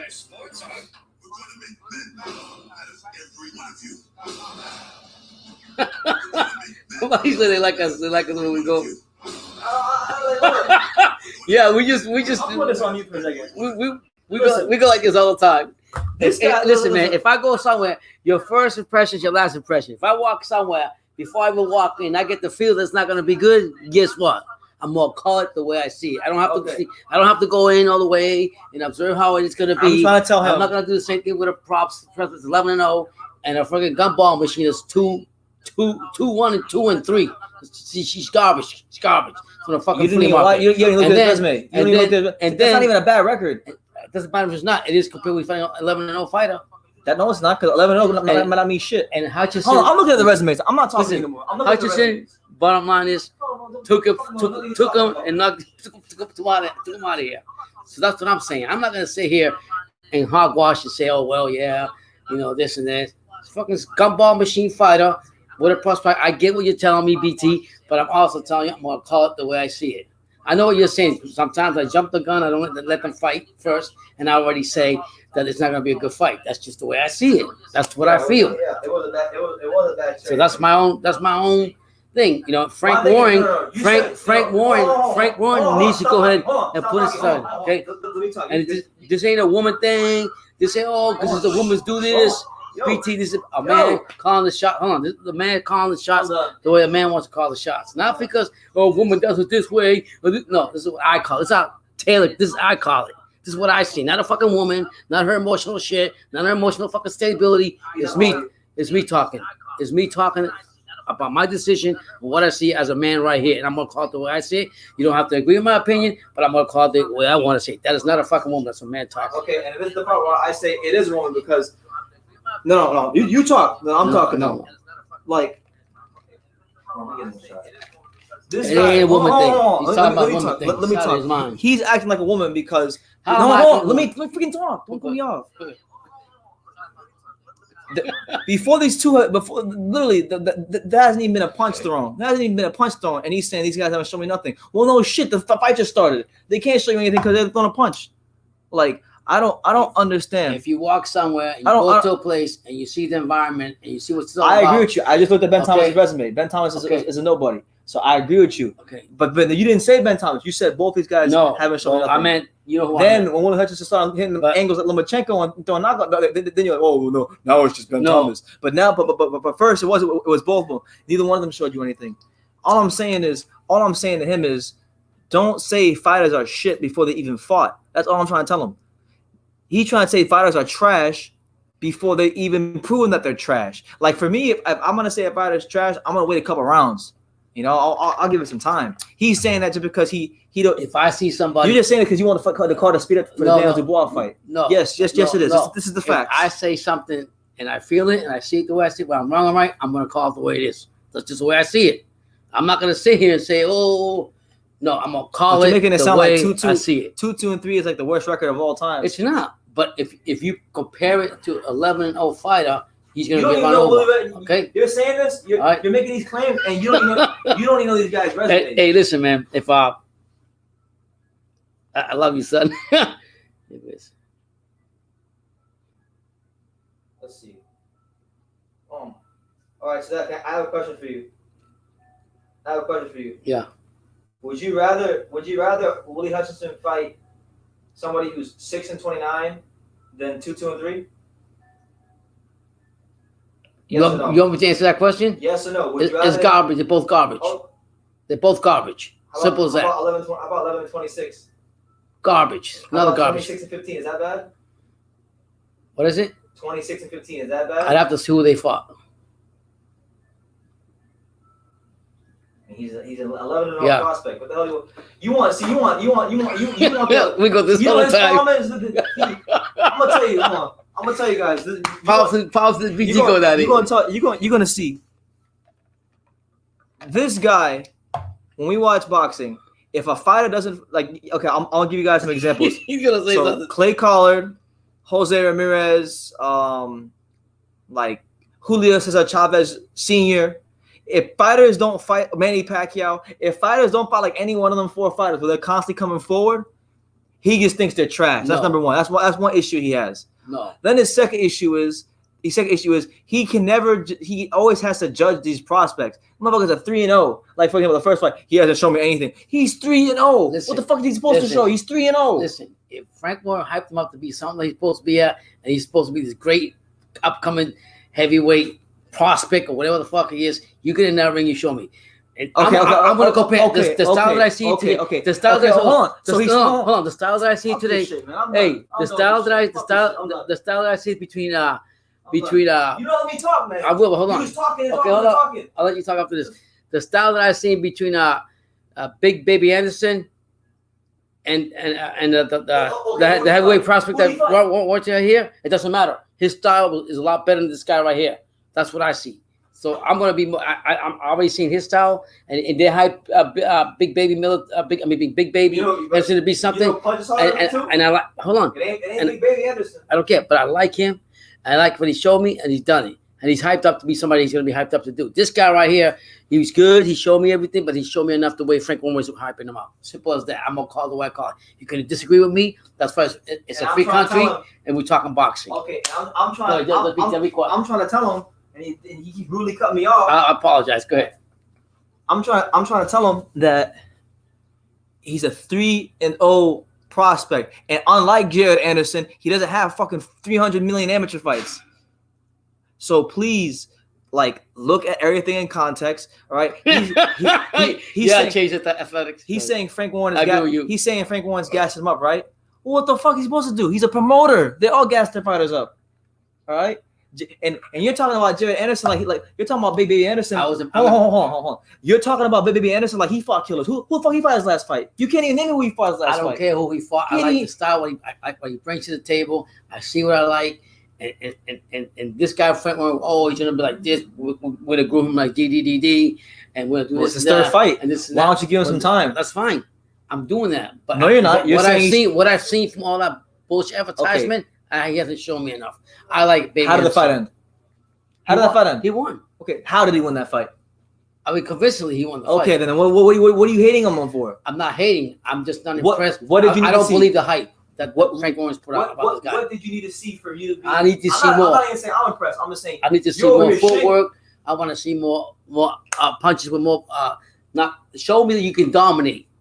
You're done. I'm done. Okay, I like the shit out the guy. What do you mean? I like Anderson. Simple as that. This guy that show me more. Frank Warren. Throwing pity pat punches. Frank Warren, your card is just as shitty as our prospect coming up. He's 3-0. He's decent, from what everybody says, but the hype. I can't believe the hype the more from what you tell me about the guy. That's y'all seeing. When I see him and you hype up something like that, then I'm not going to agree with it. Simple as that. You know how Tyson Fury said? What's that?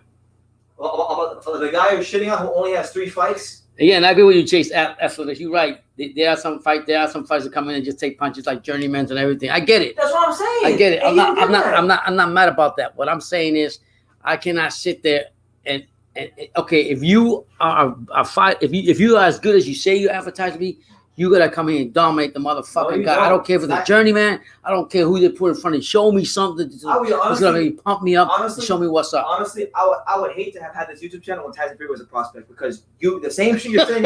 It's just me talking. No, I'm telling you right now. Hey, if you were that. Yeah, I know. I know Tyson was in the ring. He was fucking trash as a prospect. Have you seen this fight against Nevin Pajic? Have you seen him against John McDermott? He was nothing. Nothing. I would criticize him.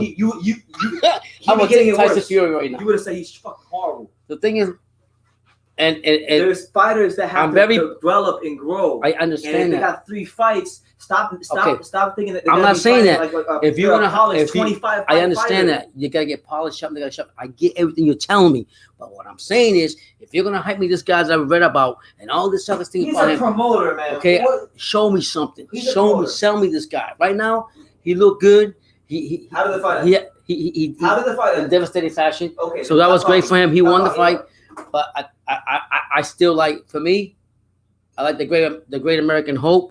And Big Belly Anderson, he's flashy, moves more for a big heavyweight, does more for me. I like him. Tell Baby Anderson to exchange with that guy, and let's see who wins the fight. Okay, I like to see that. I like to see that fight. I like to see that fight. Anderson's not gonna back down. All right, he's from Cincinnati. I don't care what Shout out. No, I'm just joking, guys. But I was more impressed with Big Baby Anderson. But that doesn't mean I'm taking away anything from what's this guy's name? David Adelaje. David Adelaje. I just think. Maybe I read too much into what Frank Warren said. A promoter. And my son tells me a lot of times, you got to stop doing that. Because it took me a while to stop just believing just on the records. Because my son used to tell me, don't believe all the records all the time. They don't mean nothing unless you see who they fought. If you see a guy 20-0, you need to find out who your resume is. So I get what my son's telling me. You just can't believe it. Sharon Ennis. I like Ennis. He's 25. He's nobody. So, yeah, that's my opinion on that. Fighters got to develop. Give them time to develop, man. That's all I'm trying to say. You guys 3-0, and you're trying to talk about him like he's a 35 veteran. Yeah, this guy said HB Records says records don't mean anything. Tevin Farmer, Adrian Granados, Clay Carter, Sean Porter. Yeah, and out of all those fighters, I think the best fighter there that's fought quality fighters, believe it or not. Sean Porter? Nope. No, Sean Porter. What do you mean? No? Sean Porter, but Adrian Granados right behind him. Okay. So yeah, I mean, we all have our opinions. Just the way I am. My son was just telling me that. If I had seen Fury when he was an amateur, I would be Chris. You would say he was shit. I guarantee you. In fact, you know what? This week, we're gonna watch Tyson Fury versus Devin Pajic. We're gonna watch Tyson Fury versus Nikolai Kurta. We're gonna watch Tyson Fury versus John McDermott 1 and 2. And I want you to tell me what you would have said. BT goes, put me on some game right now. Ridiculous. The thing is, my son tells me all the time, stop jumping the gun until you see everything, but I'm not like that. If I feel something and I see something, it's experience. Don't do that. Experience telling me if I see something I don't like. Here's the crazy idea. You're talking about experience. Why don't you let the fighters get some experience before you say they're trash? Me and my son go through all this discussion all the time. And we get along great. Because we do. It just, my son's like, we're hyped right now, but know that it's all in love. I love my dad. Yeah, but he'll let me know, like, he'll put me on game quick, Dad. Slow down, watch the guy before you talk about him. And BT will tell me, I agree with you, Dad. No, I'm not agreeing with you. I'll tell you one thing. My dad, a fighter that my dad used to hype up a lot, but you never even say his name because he knows I clown for you mentioned his name, was Alberto Machado. Remember Machado? Yeah, man. You were on Machado telling me Machado was this, Machado was that. I said, Dad, wait a second. Machado ain't really fought nobody yet. Yeah. And when he fought Andrew Cancio, what happened? Folded up like a blue steel chair. In fact, if I'm not mistaken, I'm pretty sure that catchphrase, that folded up like a blue steel chair, I'm pretty sure I got it from that fight. Yeah. I got it from that fight. Yeah. I mean, I like I say, I get what you guys are saying. I understand all that. But if you're gonna sell me, if you're gonna be a good salesman, you better back it up with something. Quality is out there, and I get it. But I'm like that. How many times I go with my son to a lot of venues, and he's like, "Dad, this guy's good. This guy's good." That was a Puerto Rican that was out here in the heavyweight factory before it closed down. Derek Cuevas. Derek Puerto Rican. Welterweight prospect. He's a welterweight. Oh, he's this. He gonna do. I don't. I'm like, oh, everybody think he's this and that. I seen him. He's fucking shit. Yeah. From Puerto Rico. Fucking. Excuse my language. He was shit. He was shit from Puerto Rico. He didn't impress me one bit. Didn't do shit for me. And where is he at now? Where is he at right now? Nowhere to be found. So, if I see something that he might call out that's good, and I see it with my eyes, I don't like it. Maybe it's too early, but if I just walk in, I just see things right, and I get a feel for it, I'm gonna call it the way I call it. If I'm wrong, so what? It's my opinion. I learn from it. I humble myself and say, okay, BT, you're right. So we were just talking boxing. That's it. Let's see, was it MRA or MRI? What's that mean? I'm not sure. Break that one down for me. Break But that yeah, one down. for all you 24 that are here, please hit that like button. Subscribe to True School Sports. Pops and Son go at it all the time. None of us always right, but we love the conversation. And I mean, if you guys got some input, put it into it. Right now, we're just waiting to see what's going to happen. There's no fights on right now. So Brendan went fishing on me, eating fish sticks, and here. So go ahead and fire away, like the famous Rick Glazer would say, fire away. So you give me any conversation, anything you want to talk about. That's what we're here to talk about, boxing. So I'm dying. Guys, I'm so hyped up for that Charlo Rosario fight. I'll tell you what. And the Charlo Derevchenko fight. I'm hyped up for that fight too. I think Derevchenko's going to give Charlo, the big boy, a run for his money too. I think you better not walk on that one. And the younger one that keeps talking, the one that fought Harrison, he better not sleep on Banana. Banana's it's gonna fold him up like a pancake. I'm telling you straight up. I got Charlo. I got Charlo losing to Rosario, and I got the big Charlo beating Derevchenko by a real slight edge.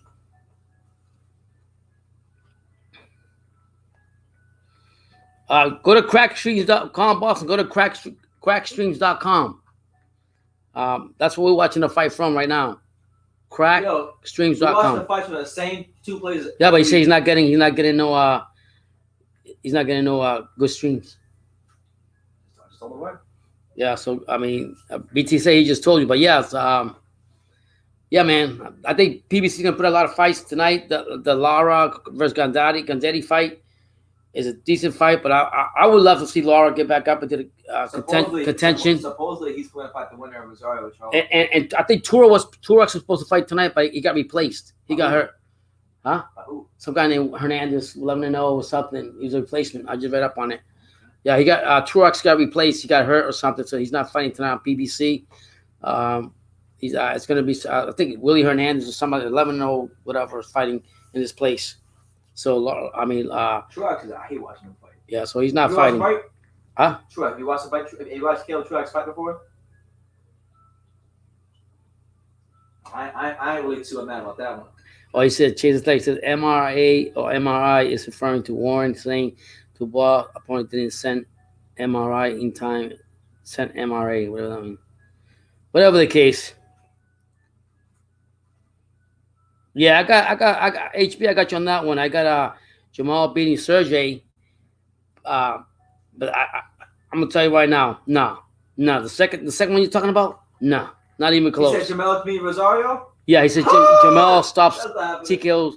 No, that's not happening. I'm telling you right now. Jamal could barely get by Harrison.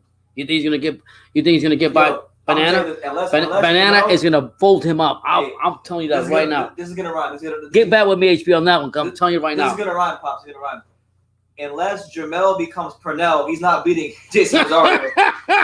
BT just said unless Jamel becomes Purnell, he's not beating Jason Rosario. Which basically means that unless Jamel Charlo tightens up that defense, he ain't beating Jason Rosario. I'm telling you straight up, that ain't happening, guys. I'm telling you, Rosario ain't letting that belt go. We were watching this past yesterday. We were watching like 3 or 4 fights with Rosario, and let me tell you, he hits hard. Even the fight that it's not that he hits hard. I want to be clear. Yeah. It's that he hits hard and he's physically strong. There's a difference. Yeah, Brendan said he hits hard and he's physically strong. You can hit hard and have no physical strength like Sergey Kovalev. And you can have physical strength like Timothy Bradley or Sean Porter, but not hit hard. Not hit like an elite fighter. He's got both. Yeah. He's got both. He's got underrated boxing skills, underrated counter punching. Y'all gonna see, man. Rosario ain't gonna lose to no damn Jamel Charlo. Jamel, I mean, I like the Charles. I like the show they have and everything. They talk a lot. One fight that I always want to see, but things not gonna happen now, is the big boy and Jacobs. That's not gonna happen. I would love to see that. Well, here we go. The next fight's coming on. It's Could be a tough one for Sonny Edwards this one. Sonny Edwards and Eye of the Tiger. You want some? Ooh. About the most exciting thing right here, the song. Now this guy right here is his name is Team. Come from Team. I don't know. Thomas Esamoba. Yeah. From Africa. Thomas Esamoba from Africa. It looks like it. Fighting Sonny Edwards. Wow. Here comes Sonny Edwards. I didn't know there were two Edwards. I thought there was one. Unreal. Okay, Edwards coming in here. Got his black cut-off boxing outfit on, with white gloves on. Here he comes, walking in. On black. I don't know what he got in his hair. Ponytails or what the hell is that? Looks like a rabbit with them things. Their hair like that.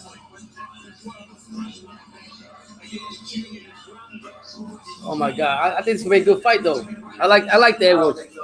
No? Who do you think this guy's gonna stream roll? Let's get a belt. 12 rounder, guys. 12 rounder.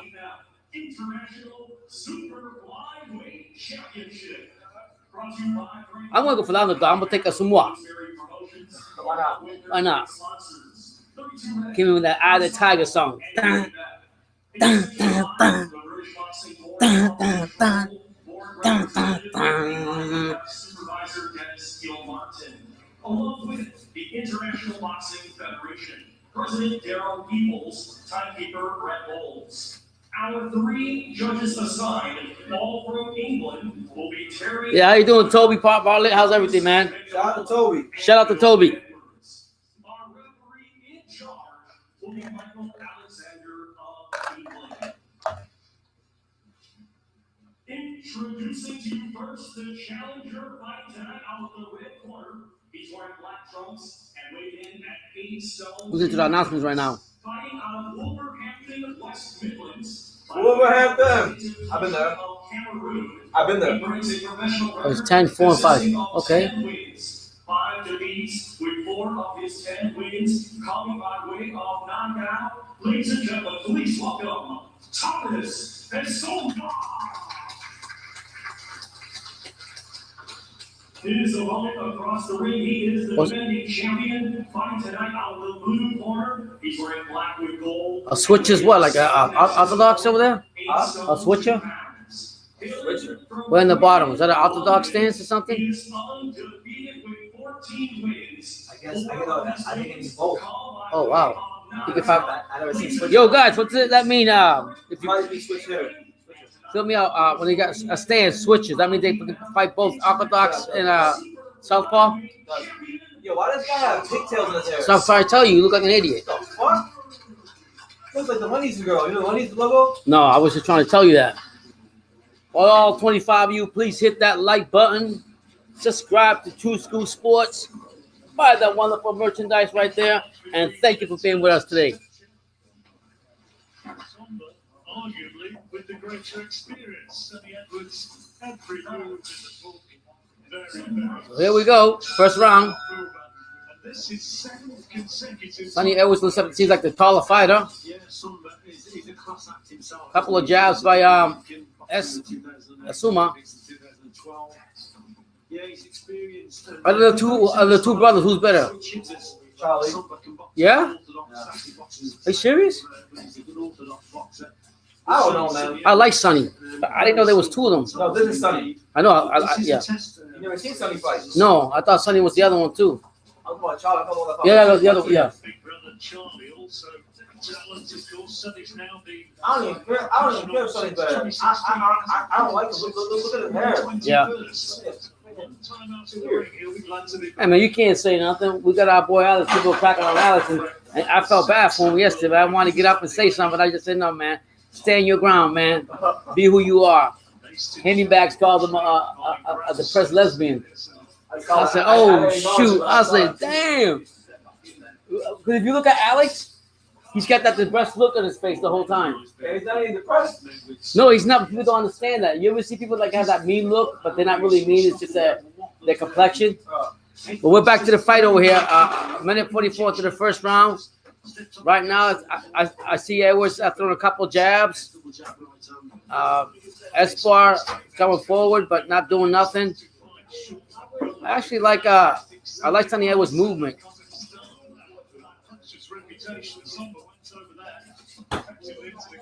Esparza's record is 10-4. Hey, I'm going to talk about that. I want to see Sonny Edwards versus Prince Patel. Who? You know Prince Patel is? No. This is troll. Oh. Kazakhstan boxers, they've got some real quality over there. So that's a great win. He was expected to lose it. He's got the guy out 3 rounds. Tremendous. Well, you can watch it, like I said, Mike, watching on Crackstream. Mike Thomas watching on Crackstream, crackstreams.com. That's what we're watching the fight from right now.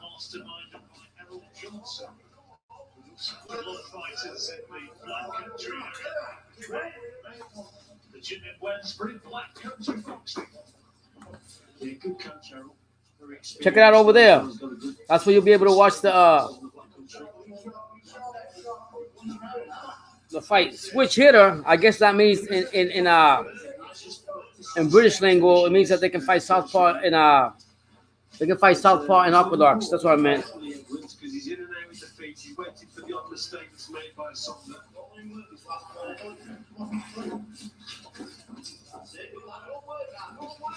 Couple of jabs by Sonny, just jabbing, moving around, whereas Escobar's coming forward in the black trunk and getting a couple of shots in and out. But I think the movement that Sonny has is probably an edge for him. It's going to cost Sonny. It's going to cost Escobar to go and chase him down and try to keep up with his movement left to right to make his punches. Get extra napkins when you order. I've got a secret to tell you about the Happy Meal. With contactless order and pay on McDonald's app, you can still get your favorite. Well, that's a good point. It's a Big Baby Big Baby Anderson used to have skills from kickboxing, and he's surprisingly good. But there's a problem.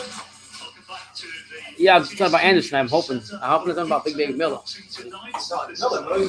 Yeah. On the front foot here against Thomas Solberg. He's done opening round to Sonny.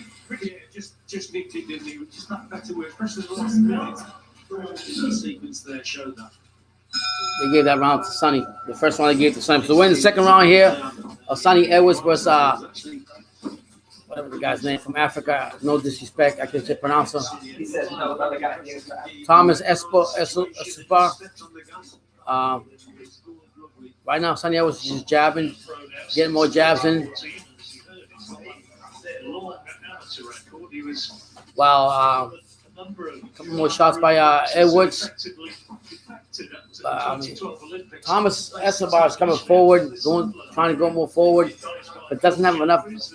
To me, it doesn't have enough movement to keep up with Sonny's movement. Sonny seems like to be a lot quicker on his feet, and he does a lot better from what I can see as far as his range and his jab. He's doing real good with that. So they're both in the middle ring right now, just trading back and forth. Sonny's getting the better of them with the jabs. All right, I'm back, guys. Good couple of jabs from Thomas.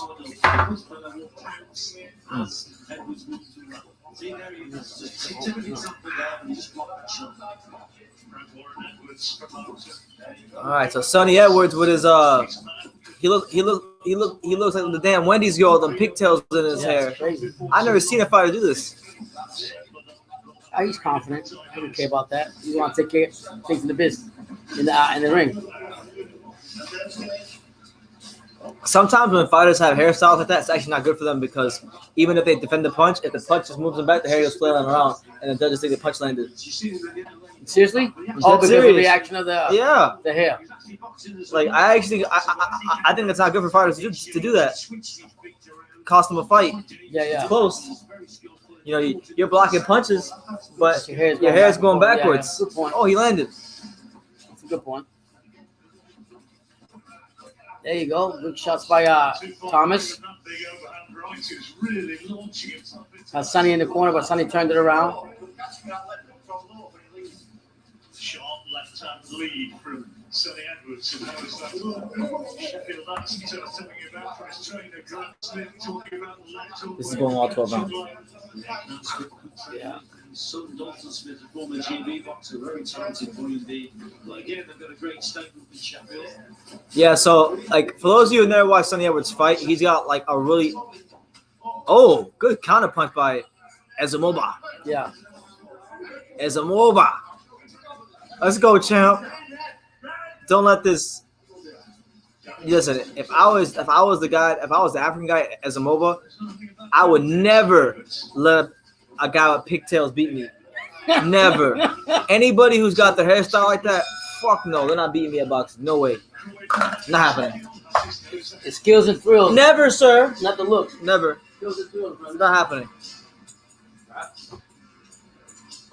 Skills and thrills. I mean, ain't too many.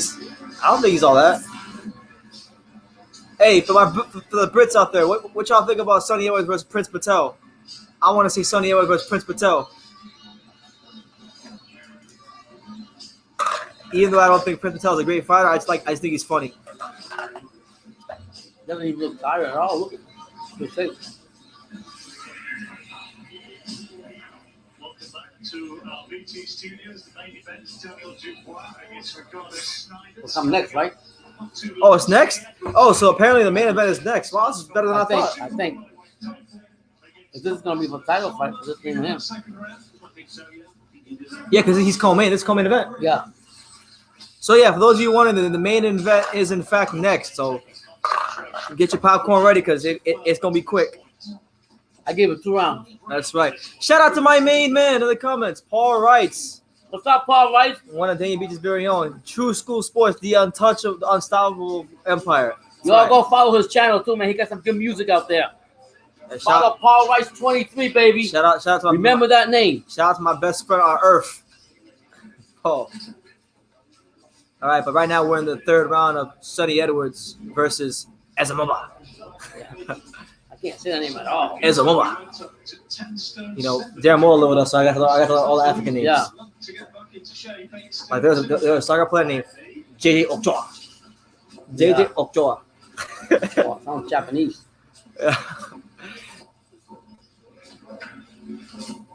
Yeah, the African names are like very, very flamboyant with the pronunciations. Yo, the fight I want to see fight, I like to see Josh Warrington fight, man. I'm a big fan of Josh Warrington, man. Bring whoever. Good southpaw jab here by Sonny Edwards. I like the southpaw jab by Sonny Edwards.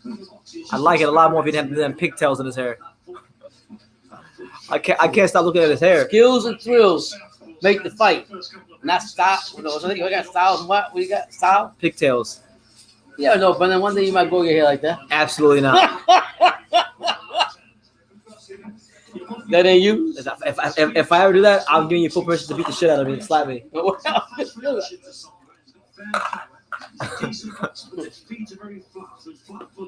Yeah, good boxing though. So here by Sonny Edwards. He's using a lot of movement. I like if I could pick out one thing that I really like about Sonny the most so far is I like the way he pivots.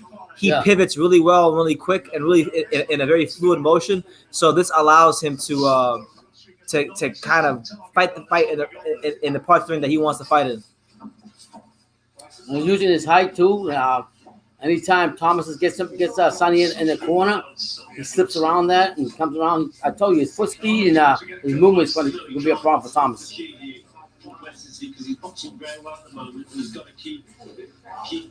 Arsenal Maniac says, "Come on, you gunners! Frank Warren cards equals joke fraud. See you, lads."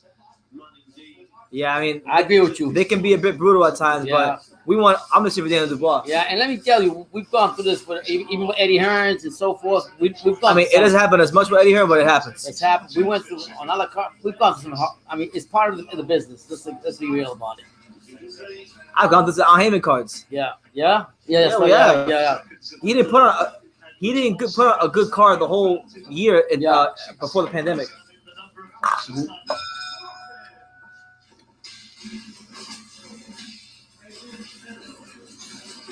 I mean, we've gone through it with top rank cards, but that doesn't really happen as much.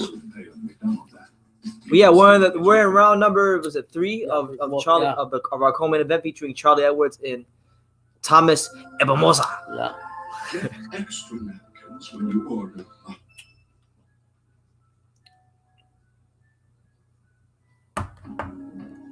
Yeah. Rest in peace for Chadwick Boseman. Apparently, it was Christian. I heard. Yeah. Moments. The defending champion of this IBF International Super Flyweight belt. Boxing very well so far, Charlie Edwards.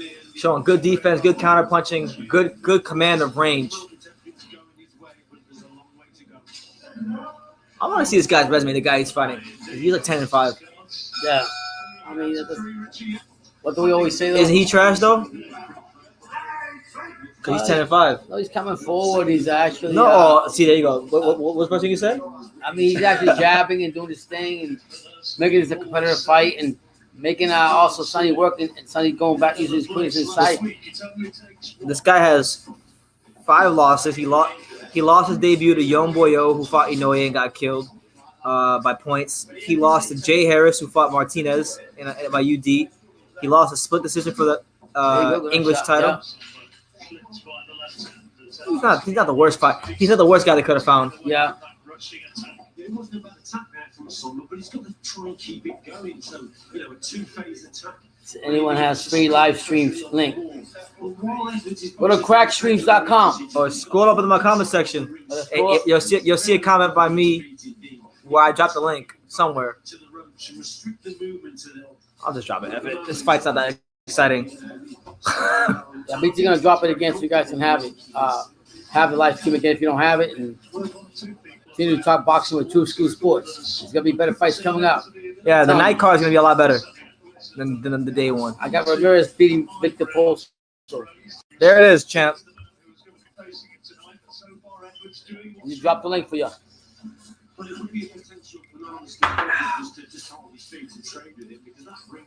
I'll say this though, but I'll say this about Sonny. At least by this fight, he seems to be more of a technical fighter than his brother. His brother is more of a fighter. Yeah, this guy is forward. Yeah. This guy is more like of a take your time, take your time, pick your shots. But he's actually slick too. Like you don't. He fights really loose. Like you don't really see him using a lot of nervous energy. You don't see him tensing up when he throws punches. He's just loose. Right. Like I say, he's got some good foot movement too. Oh, one thing he's doing really well in this particular fight is he's anticipating. So like Floyd was kind of like that, and obviously he's not anywhere near as good as that guy. But got somebody knocking. Should I let him in?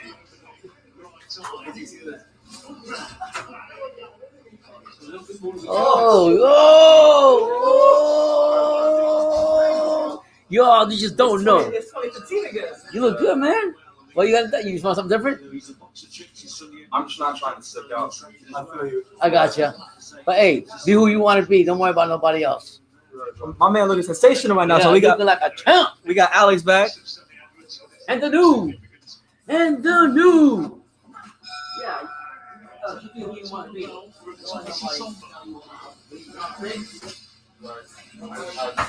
I just had to change Glenn Avery says, "Yo, BT, you grinding hard. How you dropped the 40-minute a video 40 minutes ago, and you on here at the same time? Because I have loads of content, Glenn, and I put things on a schedule. So sometimes videos come out while I'm live on YouTube. But I mean, I kid you not, Glenn. I probably have like 3 hours of content I haven't even touched. But no, I actually was I was eating fish sticks. I was eating fish sticks like right over there. What is the video on? Huh? Oh, is this the Dubois fight? This is the co-main event. This is the 5th round of Sonny Edwards. Yeah, I'm not gonna lie. Sonny Edwards seems more skilled than his Charlie, but Charlie's fights are probably gonna be a bit more exciting because he gets into fights. We got my man. We got Channing Tatum back. Yo, Alex got rid of the pink hair. Yeah. He went and got a haircut. Yeah. He started the video as Takai 6'9". He came back as Channing Tatum. He came back as Nikola Vucevic. Yeah. Yo, Alex, you know Vucevic from the Magic? Don't he look like Vucevic? Good like that. Good too. Where you go? Yeah, where did you go? Haircut. Where? Barber. What was that place called? It's by Dania? No, it's in North Main. Wow. I just walked there. Okay. Yeah, the haircut was like. That's what I'm saying, right, Glenn? Somebody said he looks completely different. Yeah, he looks like Channing Tatum now. Yeah.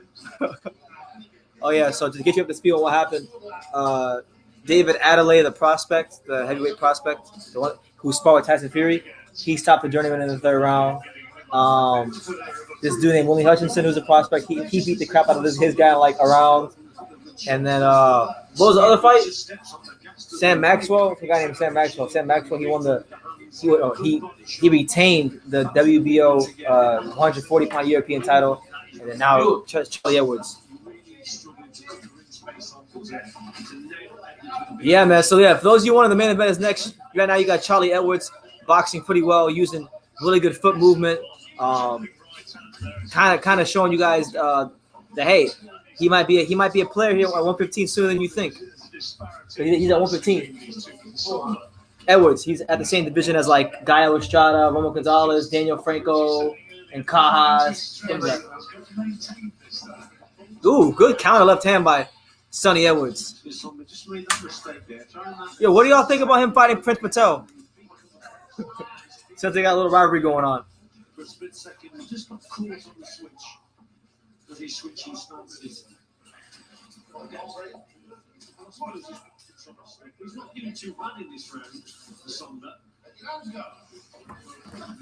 There you go. Yeah, so far, if you're just tuning in, Sonny Edwards is doing a really good job of keeping himself at bay, at distance. He's commanding the range. You know, this guy, Thomas Abamosa, the African, he's just loading up a lot of punches. So when you got a guy who's slick, like when you got a guy who's slick like what's his name, Edwards, it gives him the extra the extra bit of time to kind of like move backwards or sideways and figure out what he's gonna do. You don't want to give guys like him time to figure out what they're gonna do. Dan says Sonny is technically and skillfully the better fighter than Charlie. I said this the first time I saw him fight. He has huge potential. Yeah, I'm seeing it here, man. I'm seeing a guy that because a lot of guys at 115 can't box. Like I don't want to say they can't box, but most fighters at 115 are boxer punchers or fighters. You know, they're not really like technical boxers. He's probably one of the only guys I've ever seen at 115 who's strictly like a technical fighter, and a good one too. But what I'll say is this, man. He better not fight Romo Gonzalez. Old.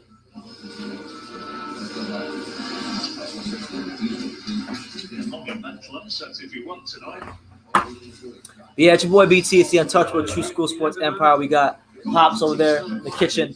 We got Alex here. Patiently waiting for the main event. A new man. Alex look different. I ain't seen Alex have that short since 2016. So we enter the 6th round of Charlie Edwards versus Thomas Abamosa. Right now, he's got things going his way. He hasn't really been in any sort of trouble at all. What do you make of that? This is your first impression. What do you make of Sonny Edwards so far? Oh, I like it. I really like his foot. I like his foot movement and ring generalship. He uses his height very well. And he's technically sound, to be honest with you. For the first time seeing him, believe it or not. The thing is, he's technically sound, but what makes him different than a lot of the other British fighters that are technically sound is he's technically sound and he actually has agility and athleticism along with the technical ability. So that makes him stand out and that makes him different. That's a good point. Because there's plenty of fighters who are technical but have no athletic ability. Yeah, because what was his name? Dubois. He comes forward, but he doesn't have a lot of movement like I want. If he's gonna fight Edwards, he's gotta get more movement in there. No, he's moving. Yeah, He just can't move in angles. He's moving Right. straight. right. Sonny's moving in angles. That's what's making it difficult for Zuma to come forward. If you watch it too, he's loading up all the shots. Everything is. Yeah. So that's giving Sonny that extra time to kind of figure out and look at it from the outside and move and get out the way and slip, pick his shots. And these little fellas, like Somber, just wait for that opportunity. You cannot afford to switch off in a contest like this. What they got that fight? What they got? What do you guys make of Sonny Edwards' performance so far? I think right now he's in full control. He's showing. Yeah. Oh, Abamosa actually landed some good body shots there, and you always want to look at when you watch fights like this, fighters like Sonny Edwards when they're prospects. You know, you want to look at how they react to punches. And I saw when them body shots landed, the first thing he did was tie him up immediately. So if I'm Thomas Abamosa, I want to go back down there again. Super work there.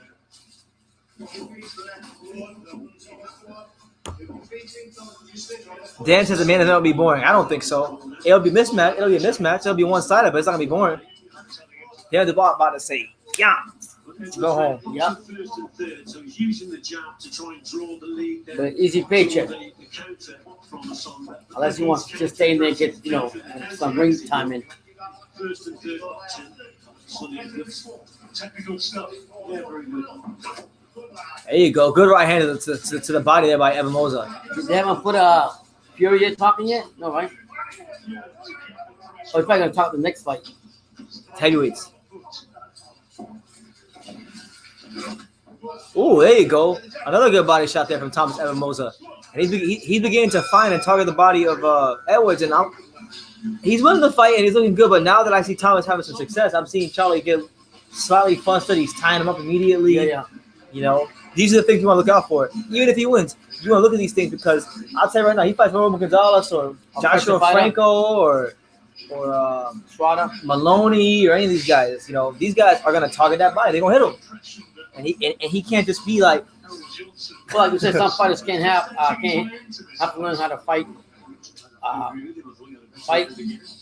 handle the pressure coming forward towards them, and they have to learn how to deal with that. Some fighters can't do that though. Yeah. For some reason, they just can't handle the fact that don't know how to handle that.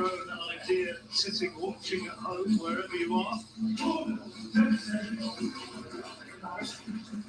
Certainly, Alan Johnson, Asamoah's trainer, thinks that his man. All right, so we enter round, what is it, 7? Round 7 of Sonny Edwards versus Thomas Abamosa. Yeah. Second half of the fight.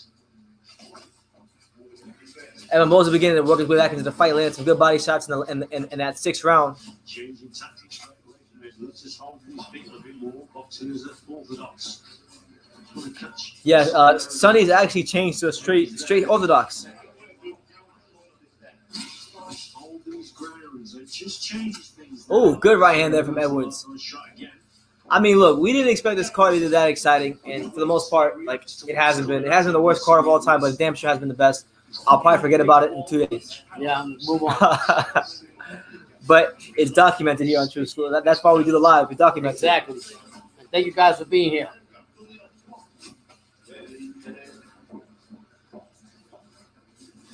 So, Charlie Edwards, or Sonny Edwards, I should say. I just realized his pigtails aren't up anymore. No. He looks like a human being now, a man. Took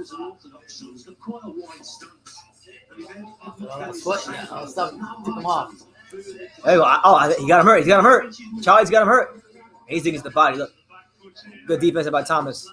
Yeah, this is a durable guy. I believe he's only been stopped one time. It's gonna take that extra bit of quality for Charlie to get him out of it. This is a guy that's been there with good competition. He's fought Jay Harris, a guy that I have tremendous respect for. I had a chance to interview him actually. Oh wow. Good guy. He had that great fight with Julio Cesar Martinez in February. Wow. You know, so this guy's been there with some quality fighters. So as a British say, some quality operators. Yeah. You know, he knows what he's doing. So Charlie's gonna have to really throw some grown man punches and fold him up. Do you see any weaknesses in Sonny though? Yes. That you can expose if you're an opponent? Yes. The body? Pressure. Yeah. Like constant pressure. So when I say constant pressure, I mean like not pressure where you're just walking in a straight line, but if you can pressure from angles. Yeah. Like you know who would absolutely rip him into an asshole? Who? Romo Gonzalez, Joshua Franco. Yeah. Those are the kind of guys that would. Well, they were close. They were definitely close in the. I say cut the ring off and just pressure him to death. Yeah, if he wins this fight, though, you know, I don't know how many fights he's got, but if he's got enough experience, I wouldn't mind seeing him mix it up with Jay Harris if Jay Harris doesn't get the Martinez rematch. Who you pick there? Probably I would slightly favor Sonny actually. Yeah. Just because of the style. Yeah. Jay wants to sit there and fight, but I don't know. I have to go back and watch Jay some more. Yeah. I think Jay should get a rematch with Martinez though, because he was figuring out the last part of that fight. Yeah. They fight again, he gonna win. For real. He's gonna win.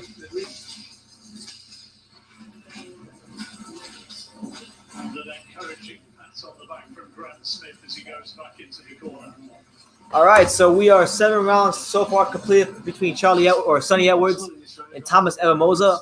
And in this particular round, this last round, he actually hurt him. He buckled his legs a little bit. Yeah. Had been some deep, dark, and uncomfortable positions and situations on the ropes.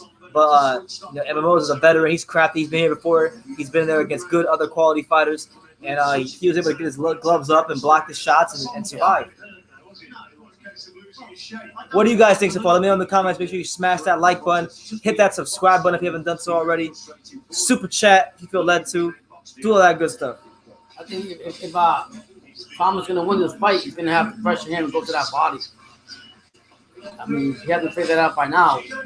It's for a belt. How much do you really want it? Ingolf says, damn, this fight is boring. Yeah, you ain't lying. I don't think it's boring, actually. I thought I think Abamosa might have hurt him there a little bit. What was the last fight? What last? We actually watched Maxwell, Hughes, and it was Thomas Hutchinson. and Hutchinson. It's Thomas Hutchinson. Yeah.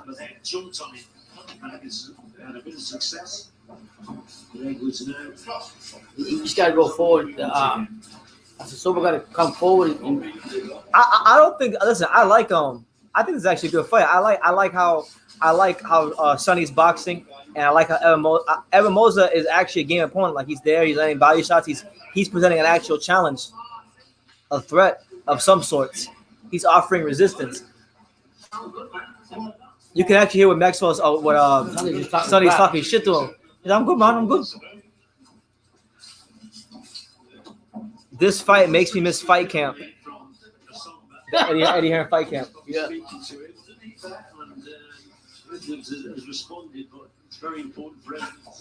Good hook there from Sonny. And Sonny's in his bag right now. He's showing, he's styling it profound, he's talking shit. Yeah, he's playing with him.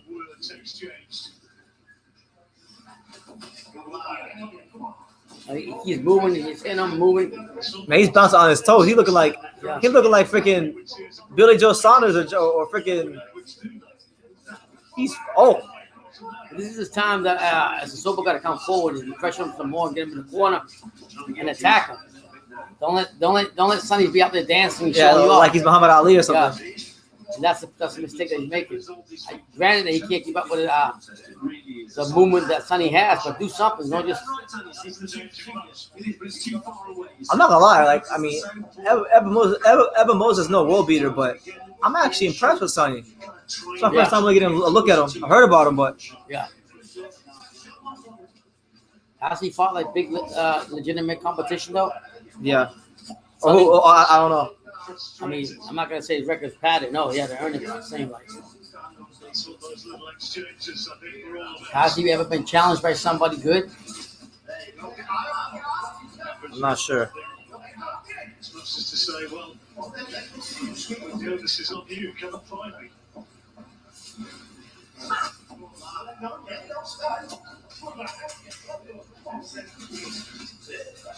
Now we're 14 seconds into the 8th round. Left in the 8th round. I think it's a total dominance by Sonny. Sonny's just dancing, showing off, very cocky and confident of this fight. And me as an opponent, that would just get me more hungry to come at you and try to finish you off while I still have time.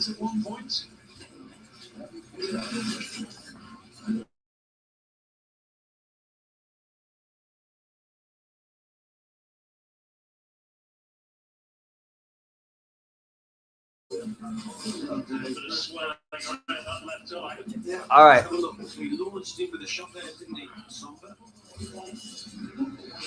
Talking to each other. There was a nice right hand from a Somber. Very quick attack. For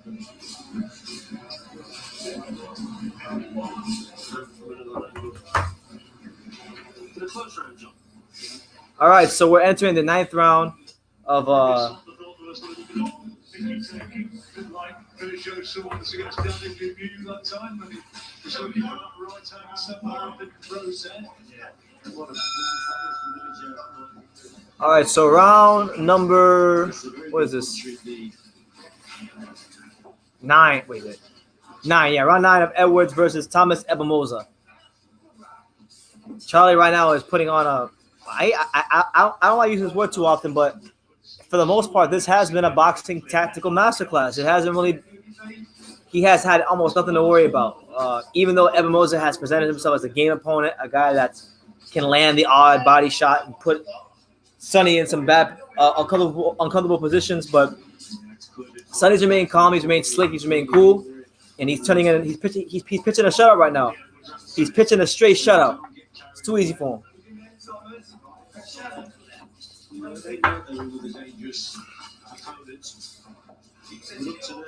And one thing I love about, like I said earlier, one thing I love about Sonny, the pivoting, the way he's able to pivot in such a fluid manner in and out of the corner. You know, good right hand there from Sonny Edwards. There you go, right hand downstairs by Sonny Edwards.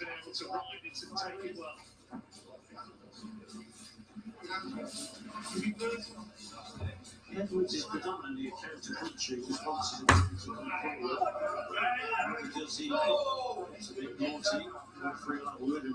What happened? Set break, still through the right hand. Yeah, so Abamosa threw a punch on the break and the referee just gave him a warning. So we'll see, man. I don't think a point deduction really matters for him. He's losing by so many points that he ain't winning this fight unless he gets a knockout. You know, he needs a Hail Mary shot. You know, he needs to pray to the gods to help him out here. Good left hand by Thomas Abamosa. Thomas Abamosa trying to make himself a threat in this fight. Good jab there by Sonny Edwards. And then a right hand downstep by Sonny Edwards. You know, he showed a little bit of everything. He showed footwork. He showed switching and hitting abilities. He showed power punching, punch placement. He's made a good first impression with me.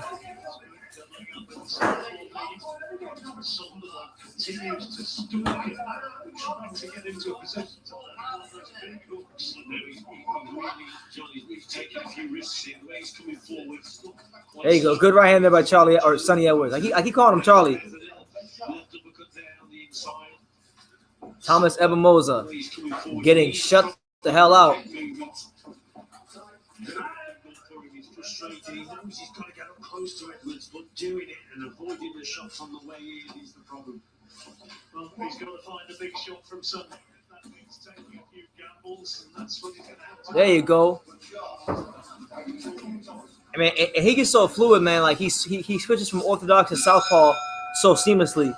Like I can't think of any fighters at 115 at that low weight class who can switch it like a Sonny Edwards. So, you know, because of that, because of his confidence, because of his technical skills, I think it's going to give him a chance against a lot of guys. What do y'all think?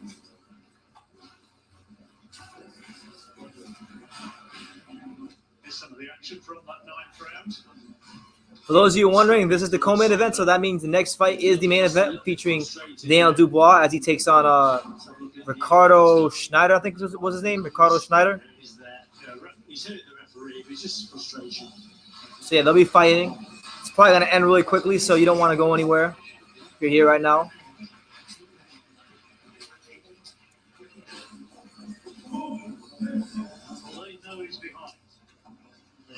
Some big rounds. He has to find a way to box his way in close and land those big shots. All right, so the championship rounds. Round 10 between Sonny Edwards and Thomas Abamosa. It's been an easy fight for Sonny. It don't matter if it's been southpaw. It don't matter if it's been orthodox. It doesn't matter if it's been on the inside, the outside. He's had his way no matter how you slice it.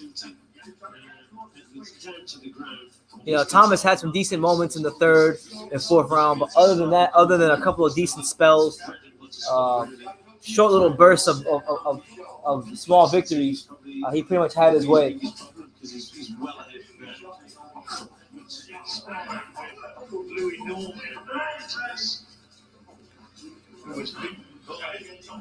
A somber in 6 rounds.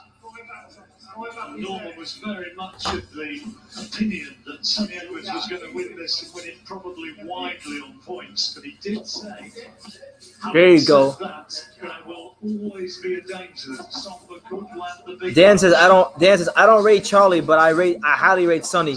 Yeah, Sonny's skills are really, really good. I love his footwork.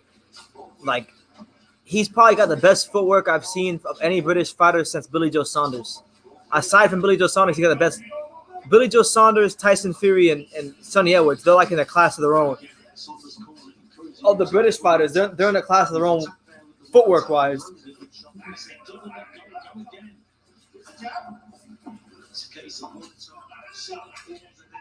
You know, this guy is able to create so many different punching angles, so many different routes and places to punch because of his footwork, his pivoting, being able to switch hit. You know, it makes him a versatile and dangerous fighter for those reasons.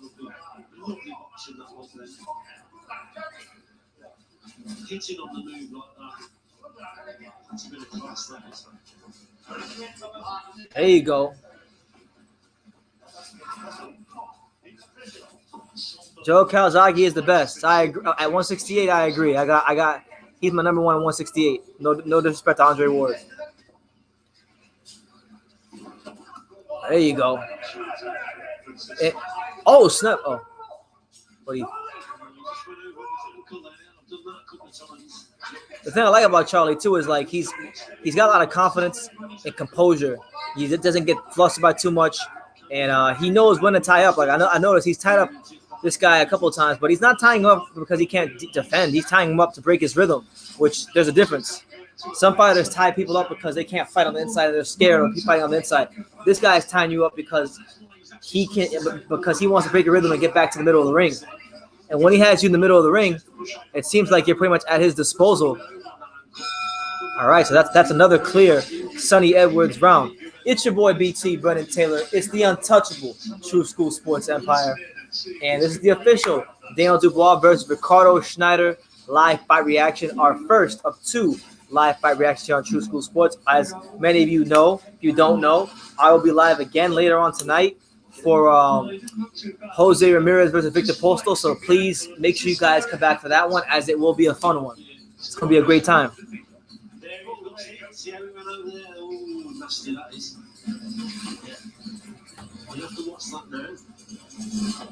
Boxing as an orthodox boxer, look there, it was there. Those ligaments, they'll be stretched a little bit. All right, so we enter the 11th round of Sonny Edwards versus Thomas Abamosa.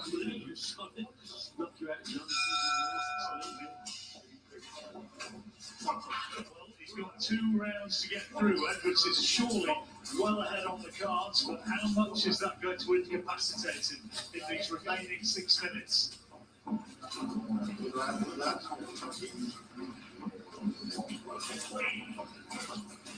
All right, so Sonny Edwards is back on his toes using the ring.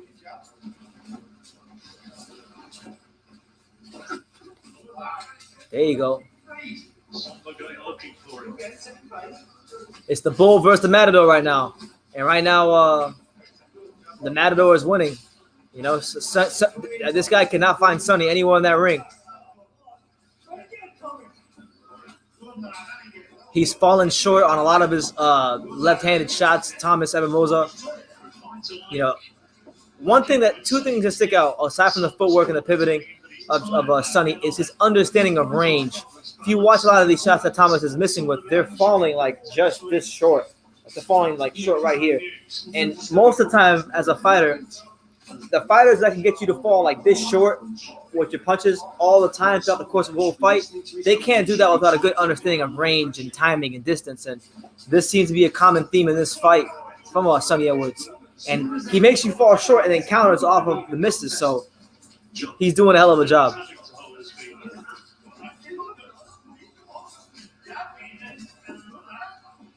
Or should I say someone was brought into it a little bit more? He's looked very well, even with stunted feet. There you go. Good jab there from Sonny. Snaps his head back. Snapping his head back. 1 minute and 7 seconds left here in the 11th round. Sonny Edwards on his way to a boxing masterclass decision.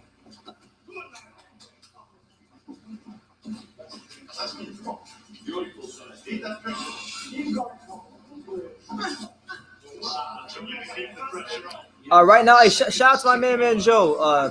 Right now, Joe, it's the co-main event. It's Sonny Edwards, the flyweight prospect Sonny Edwards, the brother of the younger brother of Charlie Edwards.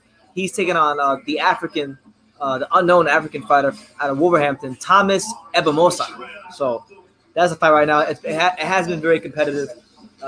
Sonny's had his way whenever he's wanted, however he's wanted.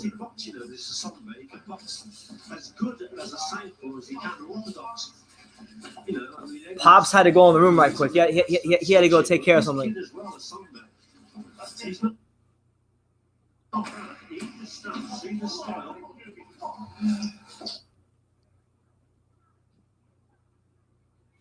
So my stream freezing up on me. What's up with that, champ? Okay. So through 11 rounds, Sonny Edwards he's won every round on my card. The best you can do is maybe Abamosa won one of those early rounds, but that's it. It's a shutout. It's an easy fight to score. And really impressed, man. Really impressed with the boxing skills of this young kid.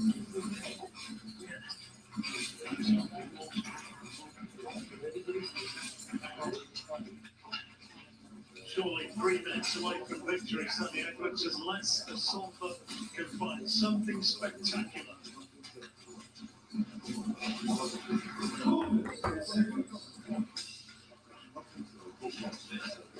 The traditional touching of gloves behind Will in the final round. All right, so the 12th and final round between Sonny Edwards and Thomas Abamosa.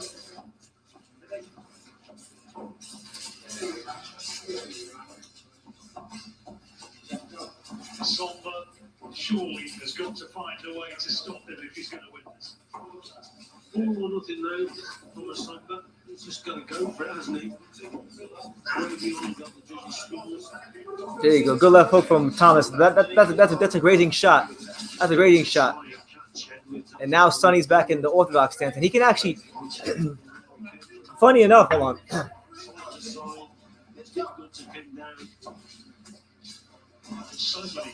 Funny enough, Sonny can actually box as good from the orthodox stance as he can the southpaw stance, which, you know, the guy like the only guy in boxing that I can think of that you could say the same thing about is maybe Terrence Crawford, because everybody else always has a side that they favor more.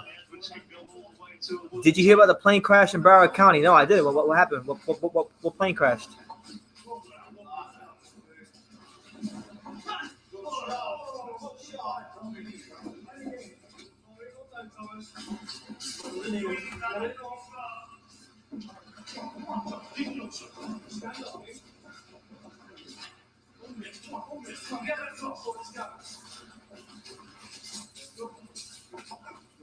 Let's content to just stay away from trouble. And so right now, Sonny Edwards is in a position where basically he's doing what he's got to do to survive this round and not putting himself in harm's way because he knows he's got this decision in the bag. Technically been able to find a way to really do so. It's all good, Joe. I ain't mad. I'm just glad you're here, champ. Oh, good right hand there from Thomas. Oh. You know, if you can't help now, whenever you can, man. I don't really give a damn. As long as you're here and you're enjoying the content, that's what matters to me. There you go. And I hope you're safe with the whole hurricane thing going on over there. I living in South Florida, I know how dangerous hurricanes can be. I know how dangerous those situations can be for people. So, and how stressful it can be. So please stay safe and prepare. The last 15 seconds, it's not going to be. Surely going to take this one by a wide margin already. He's celebrating. All right, so at the conclusion of 12 rounds, I've got Sonny Edwards pitching a shutout, and the fight goes to full 12, and he should get a decision here. So very good performance. He definitely looks like somebody to watch out for in the future at 115. So yeah. It'd be hilarious. It'd be hilarious if they robbed him.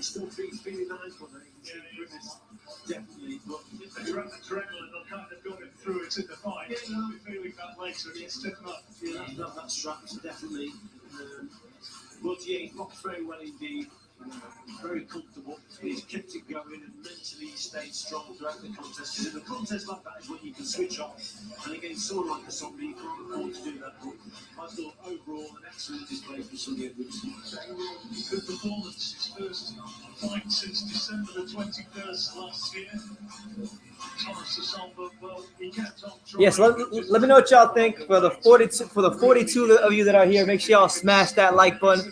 If you're new here, hit that subscribe button for more great content. Do all that good stuff, man, because we're grinding, man. Saturdays is the day we love to grind. You know, all fights coming on. You know, we got the top rank card that's going to be on really shortly. So we'll be live for that as well. Make sure you guys tune in for that. The live fight reaction for Jose Ramirez versus Victor Postal, a fight that the boxing world has waited on for a long time. It got postponed and rescheduled more times than we can count. Certainly expresses himself with supreme confidence. I know that it was potentially a difficult night tonight against someone that he made the best of it, played to his strengths. That sounds like the kind of thing that happens during a hurricane, because I've seen personally and I've heard things like that in South Florida. Like when we had Hurricane Wilma in 2005, that was crazy. I saw trees flying and cars get broken into. I saw all kinds of crazy shit as a kid. It's the next fight. Judge Marcus McDonald scores it 116-112. Judge Phil Edwards scores it 117-112. And Judge Jerry O'Connor scores it 117-111. All in favor of your winner by unanimous decision. And still. There you go. Sonny Edwards gets the unanimous decision, and he improves in his boxing career. Great performance. Margins of 4 rounds, 5 rounds, and 6 rounds. Comprehensive victory for Sonny Edwards, and the IBF International belt is still his. It will be when he can get it past his waist anyway. If it's his, he's the winner.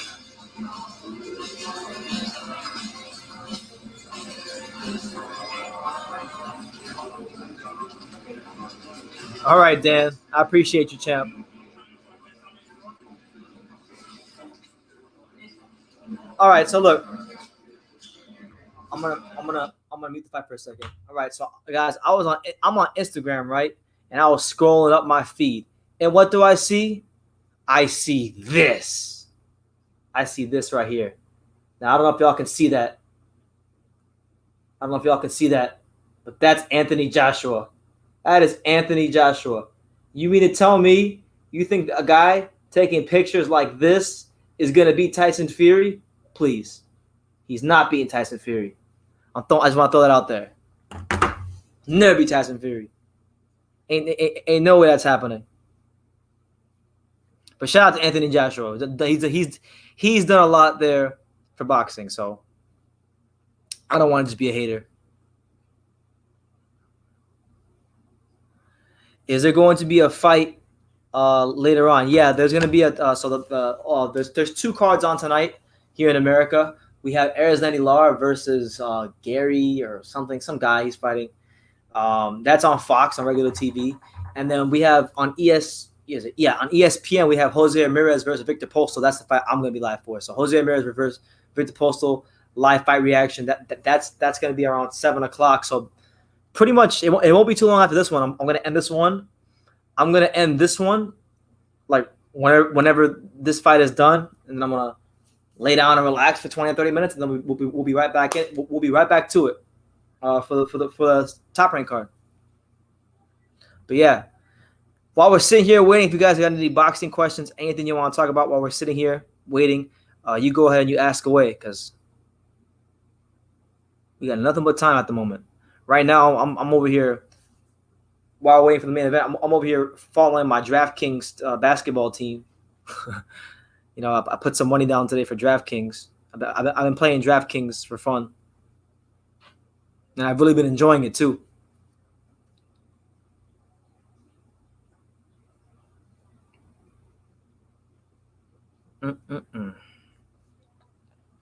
Yeah, who you guys pick? How do you guys see this fight between Postal and Ramirez later? You know, a lot of people. It's a good fight. You know, Ramirez is obviously an elite fighter at 140.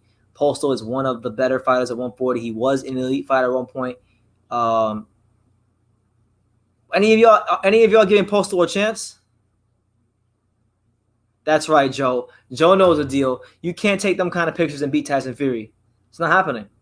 Tyson Fury will never lose to a guy with Instagram pictures like that. You got the game messed up. It's not going to happen, champ.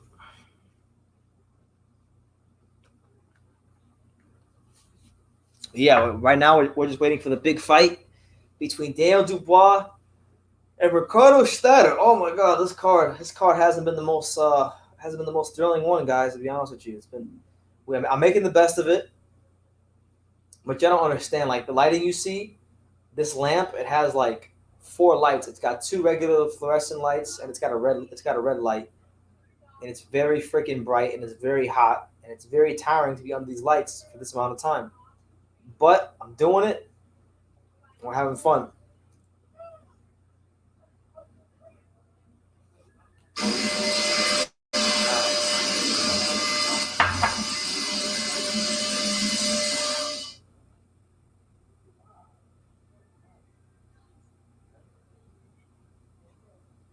That's right. I think exactly. I think when the going gets tough and the tough get going, if they get in a dogfight, Tyson Fury is going to win that dogfight. He's been in dogfights and won plenty of them in his career. Against Nikolai Furta, Wilder the second fight, Steve Cunningham. You know, he's made it a habit to win dogfights. And we know Anthony Joshua, he's more of a classy fighter. Whether he's outboxing you from the outside or lighting you up from the outside, he wants to be on the outside. So I can't see it, man. I think if they fight, Tyson Fury is going to stop him. Tyson Fury is going to fold that boy up like a blue steel chair. I cannot wait for that fight. Let us see all the lights. Nah, man, because then I had to pick my computer up. I don't feel like doing that. But the lamp that I'm using, I've had this lamp for like years. Like all the lighting you've seen for years, it's been with the same damn lamp. But we're waiting for the main event. kind of impatiently at the moment because Keenan KTV, the legend himself, has entered the chat. Shout out to Keenan. Right now, Keenan, I'm sitting here. I'm watching Daniel Dubois versus well, it hasn't started yet, but it's gonna start. It's gonna start sometime in the next 10 to 15 minutes. It's Daniel Dubois versus some guy named Ricardo Snijders, who I've never heard of. He's from the Netherlands. He's only boxers from the Netherlands. He's 18-1, so I think he's gonna get starched. Get Phillips Hugh. So what is it? What is it, like a light? Sounds like a light. Let's go. Yeah, tune in, man. It's not gonna last long. It's good. Daniel Dubois is probably gonna starch this dude in like a couple rounds. Let's freaking go. So look, guys, look. I want to show you something. I'm playing draft. Like while I'm talking to you guys and I'm live, I'm playing DraftKings. So like I'm playing DraftKings, which if you don't know what DraftKings is, it's like a thing where you can bet on sports and you pick a team of 8 players in basketball, and based on their stats and how they score, you play against like thousands of other teams, and if you play high enough, you can win money. So like right now, I'm keeping track of my team that's doing pretty good. So far, so good. Eric Bledsoe got 20 points. Chris Middleton got 37 points. Woo! And then Evan Fournier got 22.5. Let's go. And I still have LeBron. I got Eric Gordon playing. I got Hassan Whiteside. Yeah. Hopefully it works out for me. Anyway, that's enough of that. Yeah, I don't get what these Joshua apologists say. Oh well, he's gonna beat Fury because Joshua isn't Wilder. And I said, yeah, that's the point. That's why he's gonna beat Joshua. He's a lot more predictable than Wilder. He don't punch as hard as Wilder. He's not as fast as Wilder. As far as his punches getting from point A to point B, it's an easier fight. In my opinion, the reasons why everybody says Wilder's a shit boxer are actually the reasons why that it's a harder fight for Fury, because he's unorthodox, because he's a gunslinger. He slings with his punches. Exactly. Preacher David knows my man Preacher David knows what's up. Tyson Fury gonna take that dude to school and read him his ABCs. He's gonna teach him Spanish, French, Creole, English, all that stuff. He's gonna whoop him. But yeah, we're patiently waiting for the main event. So if you don't hear anything and you're wondering why, the volume's not on. That's why. No, Fury can win. Fury can beat Joshua in any way.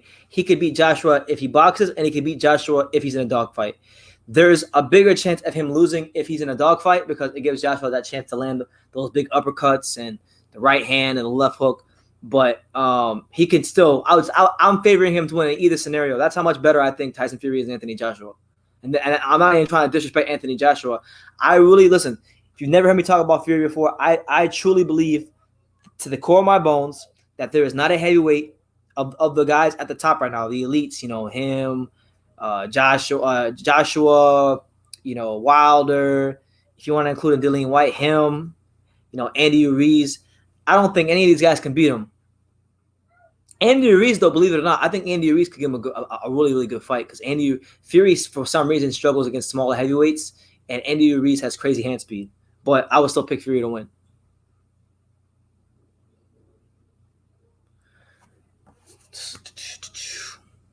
Who the hell is fighting next week? That's what I gotta figure out. Let's see. El boxeo. I want to figure out what fight he's going live for. What about Amir Khan? Oh, Amir Khan's always gonna win a dogfight. Because of his Amir Khan's granite chin and his amazing Tommy Hearns like punching power. I'm always picking Amir Khan. Thoughts on Billy Joe Saunders? I love Billy Joe Saunders, but he seems to get in his own way. Whether it's with like the jokes he plays, even though I don't think that he should have got like reprimanded for that joke. I thought he was just playing around on social media and people got sensitive. But he gets in his own way with, the fights not happening, failing drug tests. It's always like one step forward, two steps back. So I'm hoping for his sake he can keep his mouth shut and be all right. Next week, just so you guys know, the fight that's happening next week, and I'll be live for it, is going to be June 5th. So next week we got next week on Telemundo we got Xander Zayas fighting. He's fighting in a 4-rounder. You got Blake Davis on Blake Davis on Telemundo. Oh shit, Blake Davis, Antonio Moran. Okay, I might go live for that one. You got Jamel Herring versus Jonathan Okendo for the WBO title at 130. That's the main event. I'll be live for that. They got Steve Nelson versus DeAndre Ware, Jared Anderson versus Rodney Hernandez. That's all on that card. So that's not next weekend, guys. Next weekend, I'm just gonna warn you in advance. It's probably not gonna be the most exciting week of boxing, but I'll have a couple lives next week. September 12th, Kavaluskas is fighting Mikhail Zuski. Cancillo versus Nena Rodriguez. That's not a bad card. Anthony Yard's fighting next weekend too. Yeah, these next 2 weeks or some change are gonna be brutal. Are they good fights? No, absolutely not.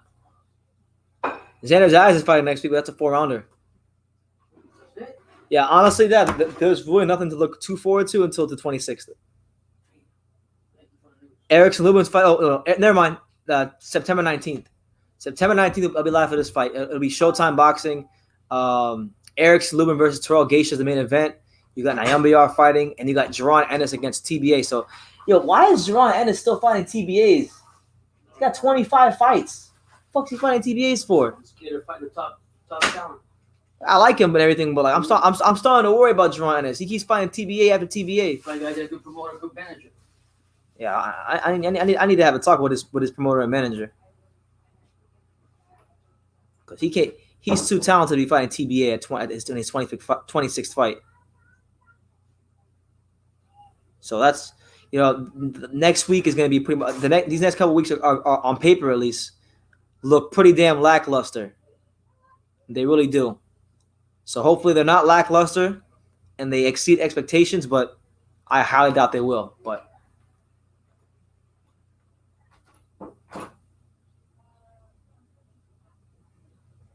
we're still awaiting the main event. Yeah, John Kell Brook. I mean, well, he was world champion and he was a good fighter, but unfortunately for him, he didn't have enough or win enough big fights. So yeah, I could agree with you. I agree with you. Like, he didn't reach his full potential, but people better stop sleeping on him, man. Because if that Crawford fight gets signed, he's gonna be up for that fight. That's gonna be a tough fight for Terrence Crawford. Like the same way it was a tough fight for Errol Spence. It's not gonna be no walk in the park, no cakewalk, no kumbaya.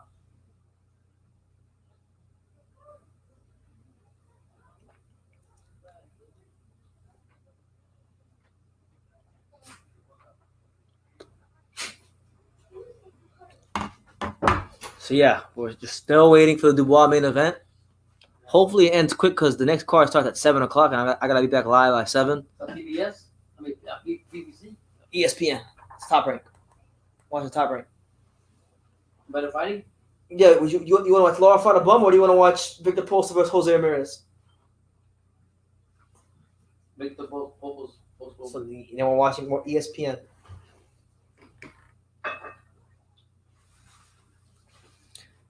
As Tyson Fury once said, Anthony Joshua is a pumped up bodybuilder. That's right. He's a good pumped up bodybuilder, but nonetheless, he's a bodybuilder. Tank looks like he could end the same way. Maybe, but I'll tell you this: it ain't gonna be in his next fight because Leo Santa Cruz don't got nothing for him. Tank looks like he could eat a Tank. Yeah, he's suffering from the Adrian Broner syndrome. That's why they're friends. They say birds of a feather flock together. They both are talented fighters with good hand speed, but they both got their issues, man.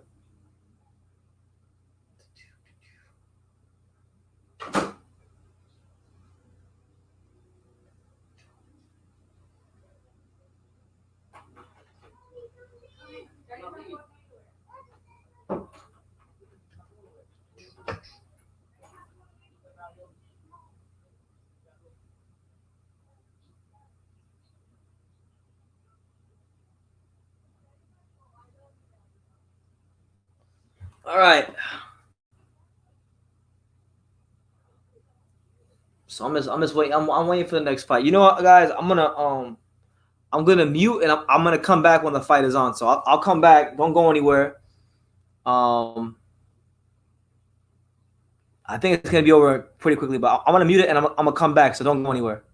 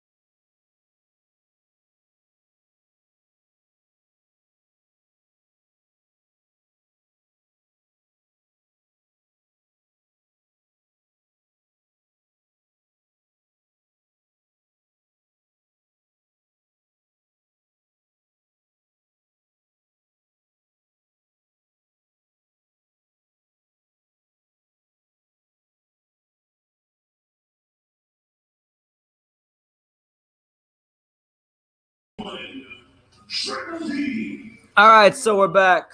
We're back. Daniel Dubois is making his way to the ring right now as we speak. Daniel Dubois, one of the best and most hyped up heavyweight prospects in boxing, and he's coming out to Snoop Dogg, Snoop D-O double G, and Dr. Dre, still Dre. Oh man, you can't come out to that and knock somebody out in the first round. So Daniel Dubois, you gotta knock him out now. You come out to that song.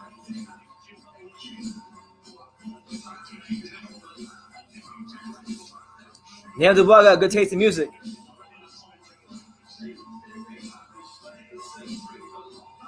My last album was The Chronic. Say rap change. They want to know how I feel about it. If you ain't up on game, Dr. Dre is the name. All right, so here we are, the main event, the moment we've all been waiting for. It's the untouchable True School Sports Empire, proudly presenting something the boxing games are missing. It's your boy BT, Brendan Taylor, reporting to you live and direct from Miami, Florida. So yeah, Daniel Dubois getting ready to knock this fool out. We're gonna knock his block off. And listen, I'm warning y'all now. When he knocks him out, I'm gonna get hyped. I'm gonna get turned. President Francisco Valcarcel, timekeeper Red Bulls. Our 3 judges assigned, all from England, will be Terry O'Connor, Bill Edwards, and Michael Alexander. When the bell rings, our referee in charge, third man in the ring will be Marcus McDonald of England. And now, ladies and gentlemen, the time has arrived. Live from the BT Sports Studios here in London, England, this is our main event of the evening. Nobody, John. Nobody smashed more bums than Elton John. Nobody. Introducing you first, the challenger fighting tonight out of the red corner. That's right. He's wearing black and gold and weighing in at 15 stone, 5 pounds. Coming to us from Heerlen, Netherlands, he brings a professional record consisting of 18 wins, just 1 defeat, with 8 wins coming by way of knockout. Ladies and gentlemen, please welcome Ricardo. The main event, Pops. He's here. What can you know? No, he's 18 and he's 18 and 1. That's right. Fighting tonight out of the blue corner. He's wearing black with silver and weighed in at 17 stone. Guy's a tank. Look at them shoulders. From Greenwich, London, England, he is undefeated with 14 wins. 13 of his 14 wins come by way of knockout. Ladies and gentlemen, here is the current British, Commonwealth, and WBC silver champion, and tonight, the reigning and defending WBO International heavyweight champion, Triple D. That's right. Triple D. So here you go.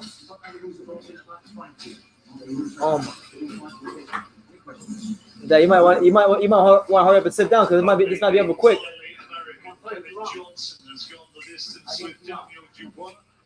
I'm giving it 1. He came out to Dr. Dre and Snoop Dogg. He can't come out to that song.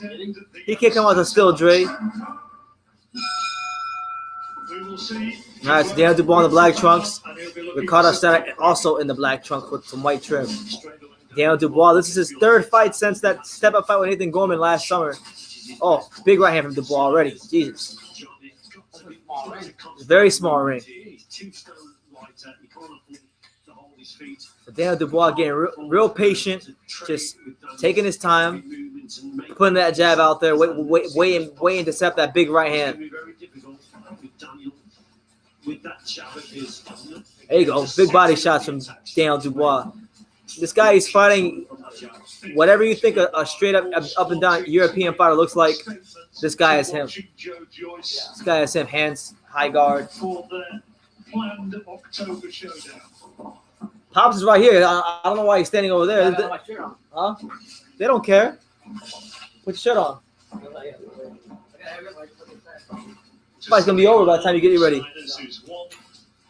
Won the first round, Daniel Dubois versus Ricardo Snijders. There you go, more body shots from Daniel Dubois. Schneider fires out with a right hand of his own, but that's not really bothering Dubois. Dubois pressing forward. Here he is. I think Dubois is going to set him up with a hokey doke. Because he's getting him right in the corner by moving forward and going towards the corner. And what's his name, Nathaniel? Schneider. Snider. I think he's hurt. No, he just slipped. He's not hurt. He slipped. He seems not to go. He's letting Dubois just plant himself and get ready to put that attack on. He got to get out of there. Because once Dubois gets him in the corner, he's going to be done.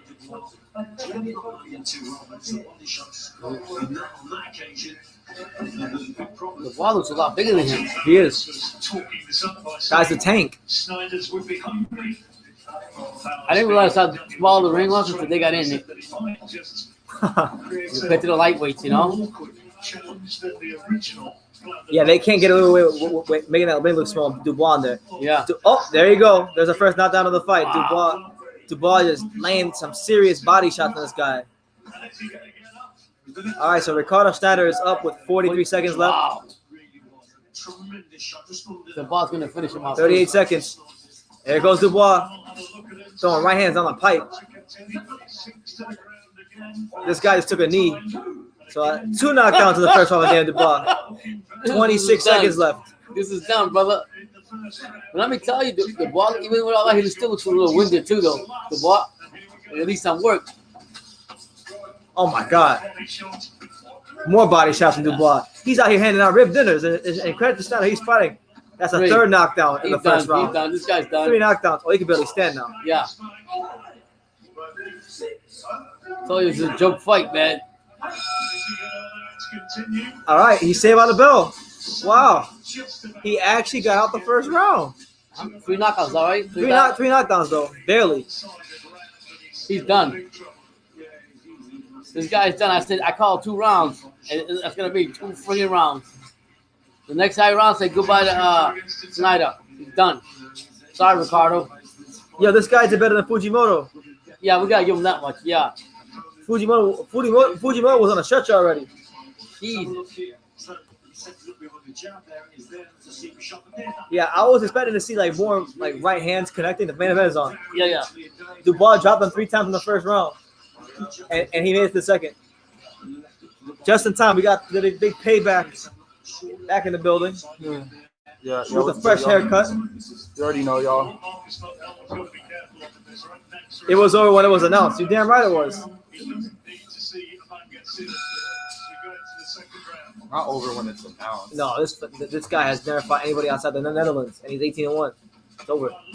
Dubois just another knockdown. Dubois scored 4 knockdown scores, his 4th one in the first 10 seconds of round 2.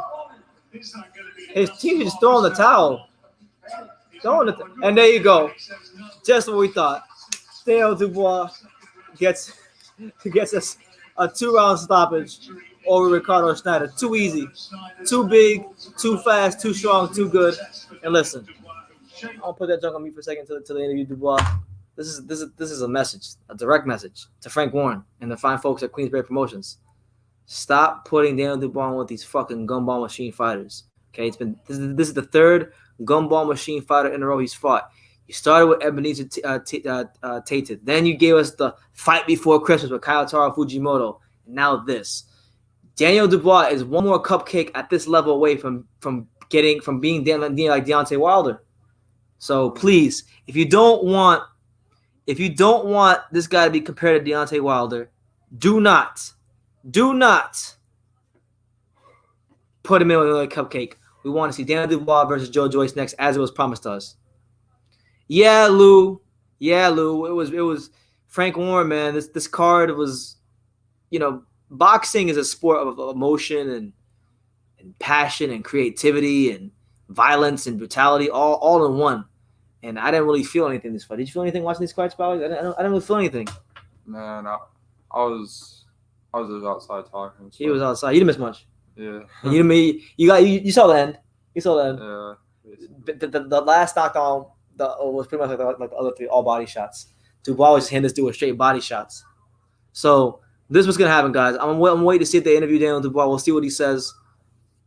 And then we'll end it, and then I'll see you here at 7:00 again for the second live fight reaction.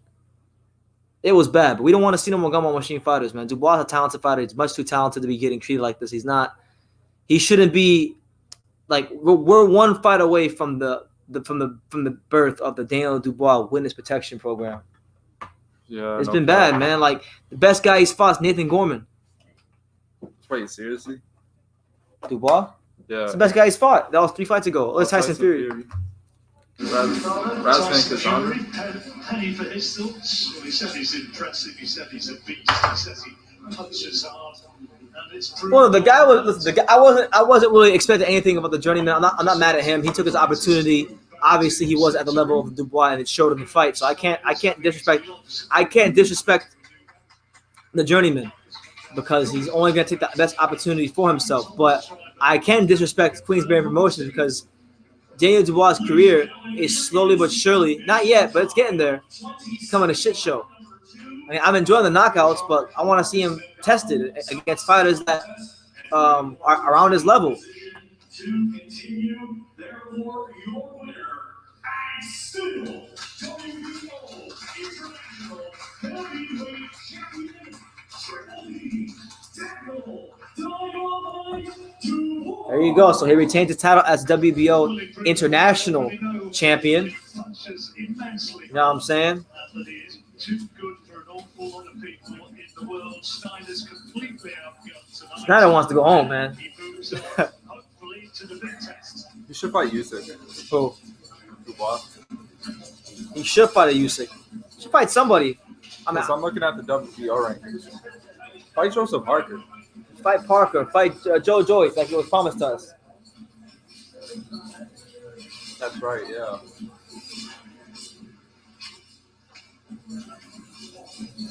Are they going to interview him?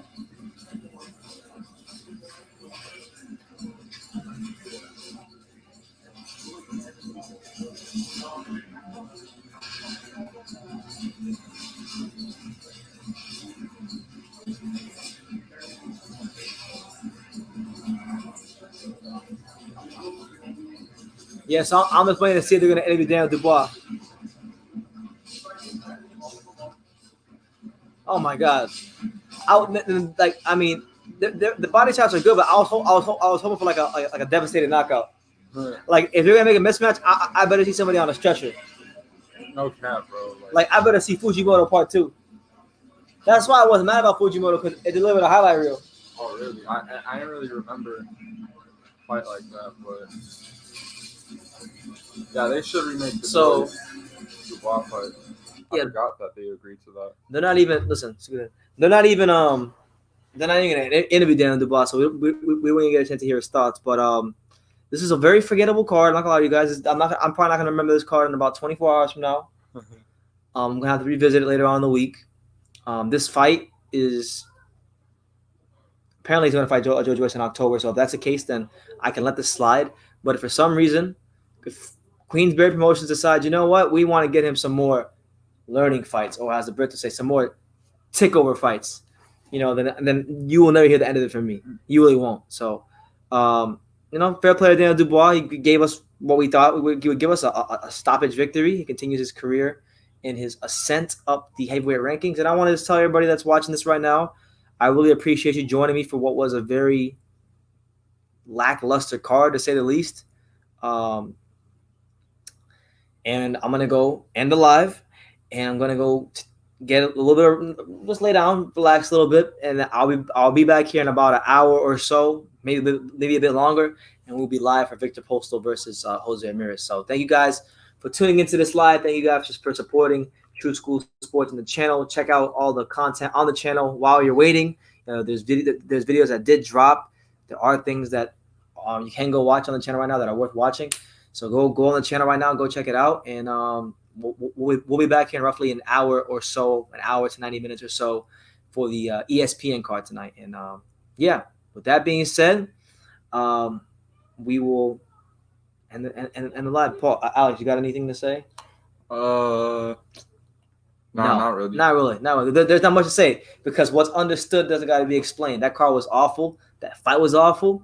And just hopefully that Dubois can start fighting real opposition from this point forward. So that being said, you guys subscribe, like, do all that good stuff, and like I say in every single one of these videos, you can love me or you can hate me, but I'm just a kid from Daniel. So until next time, take care, guys. Peace.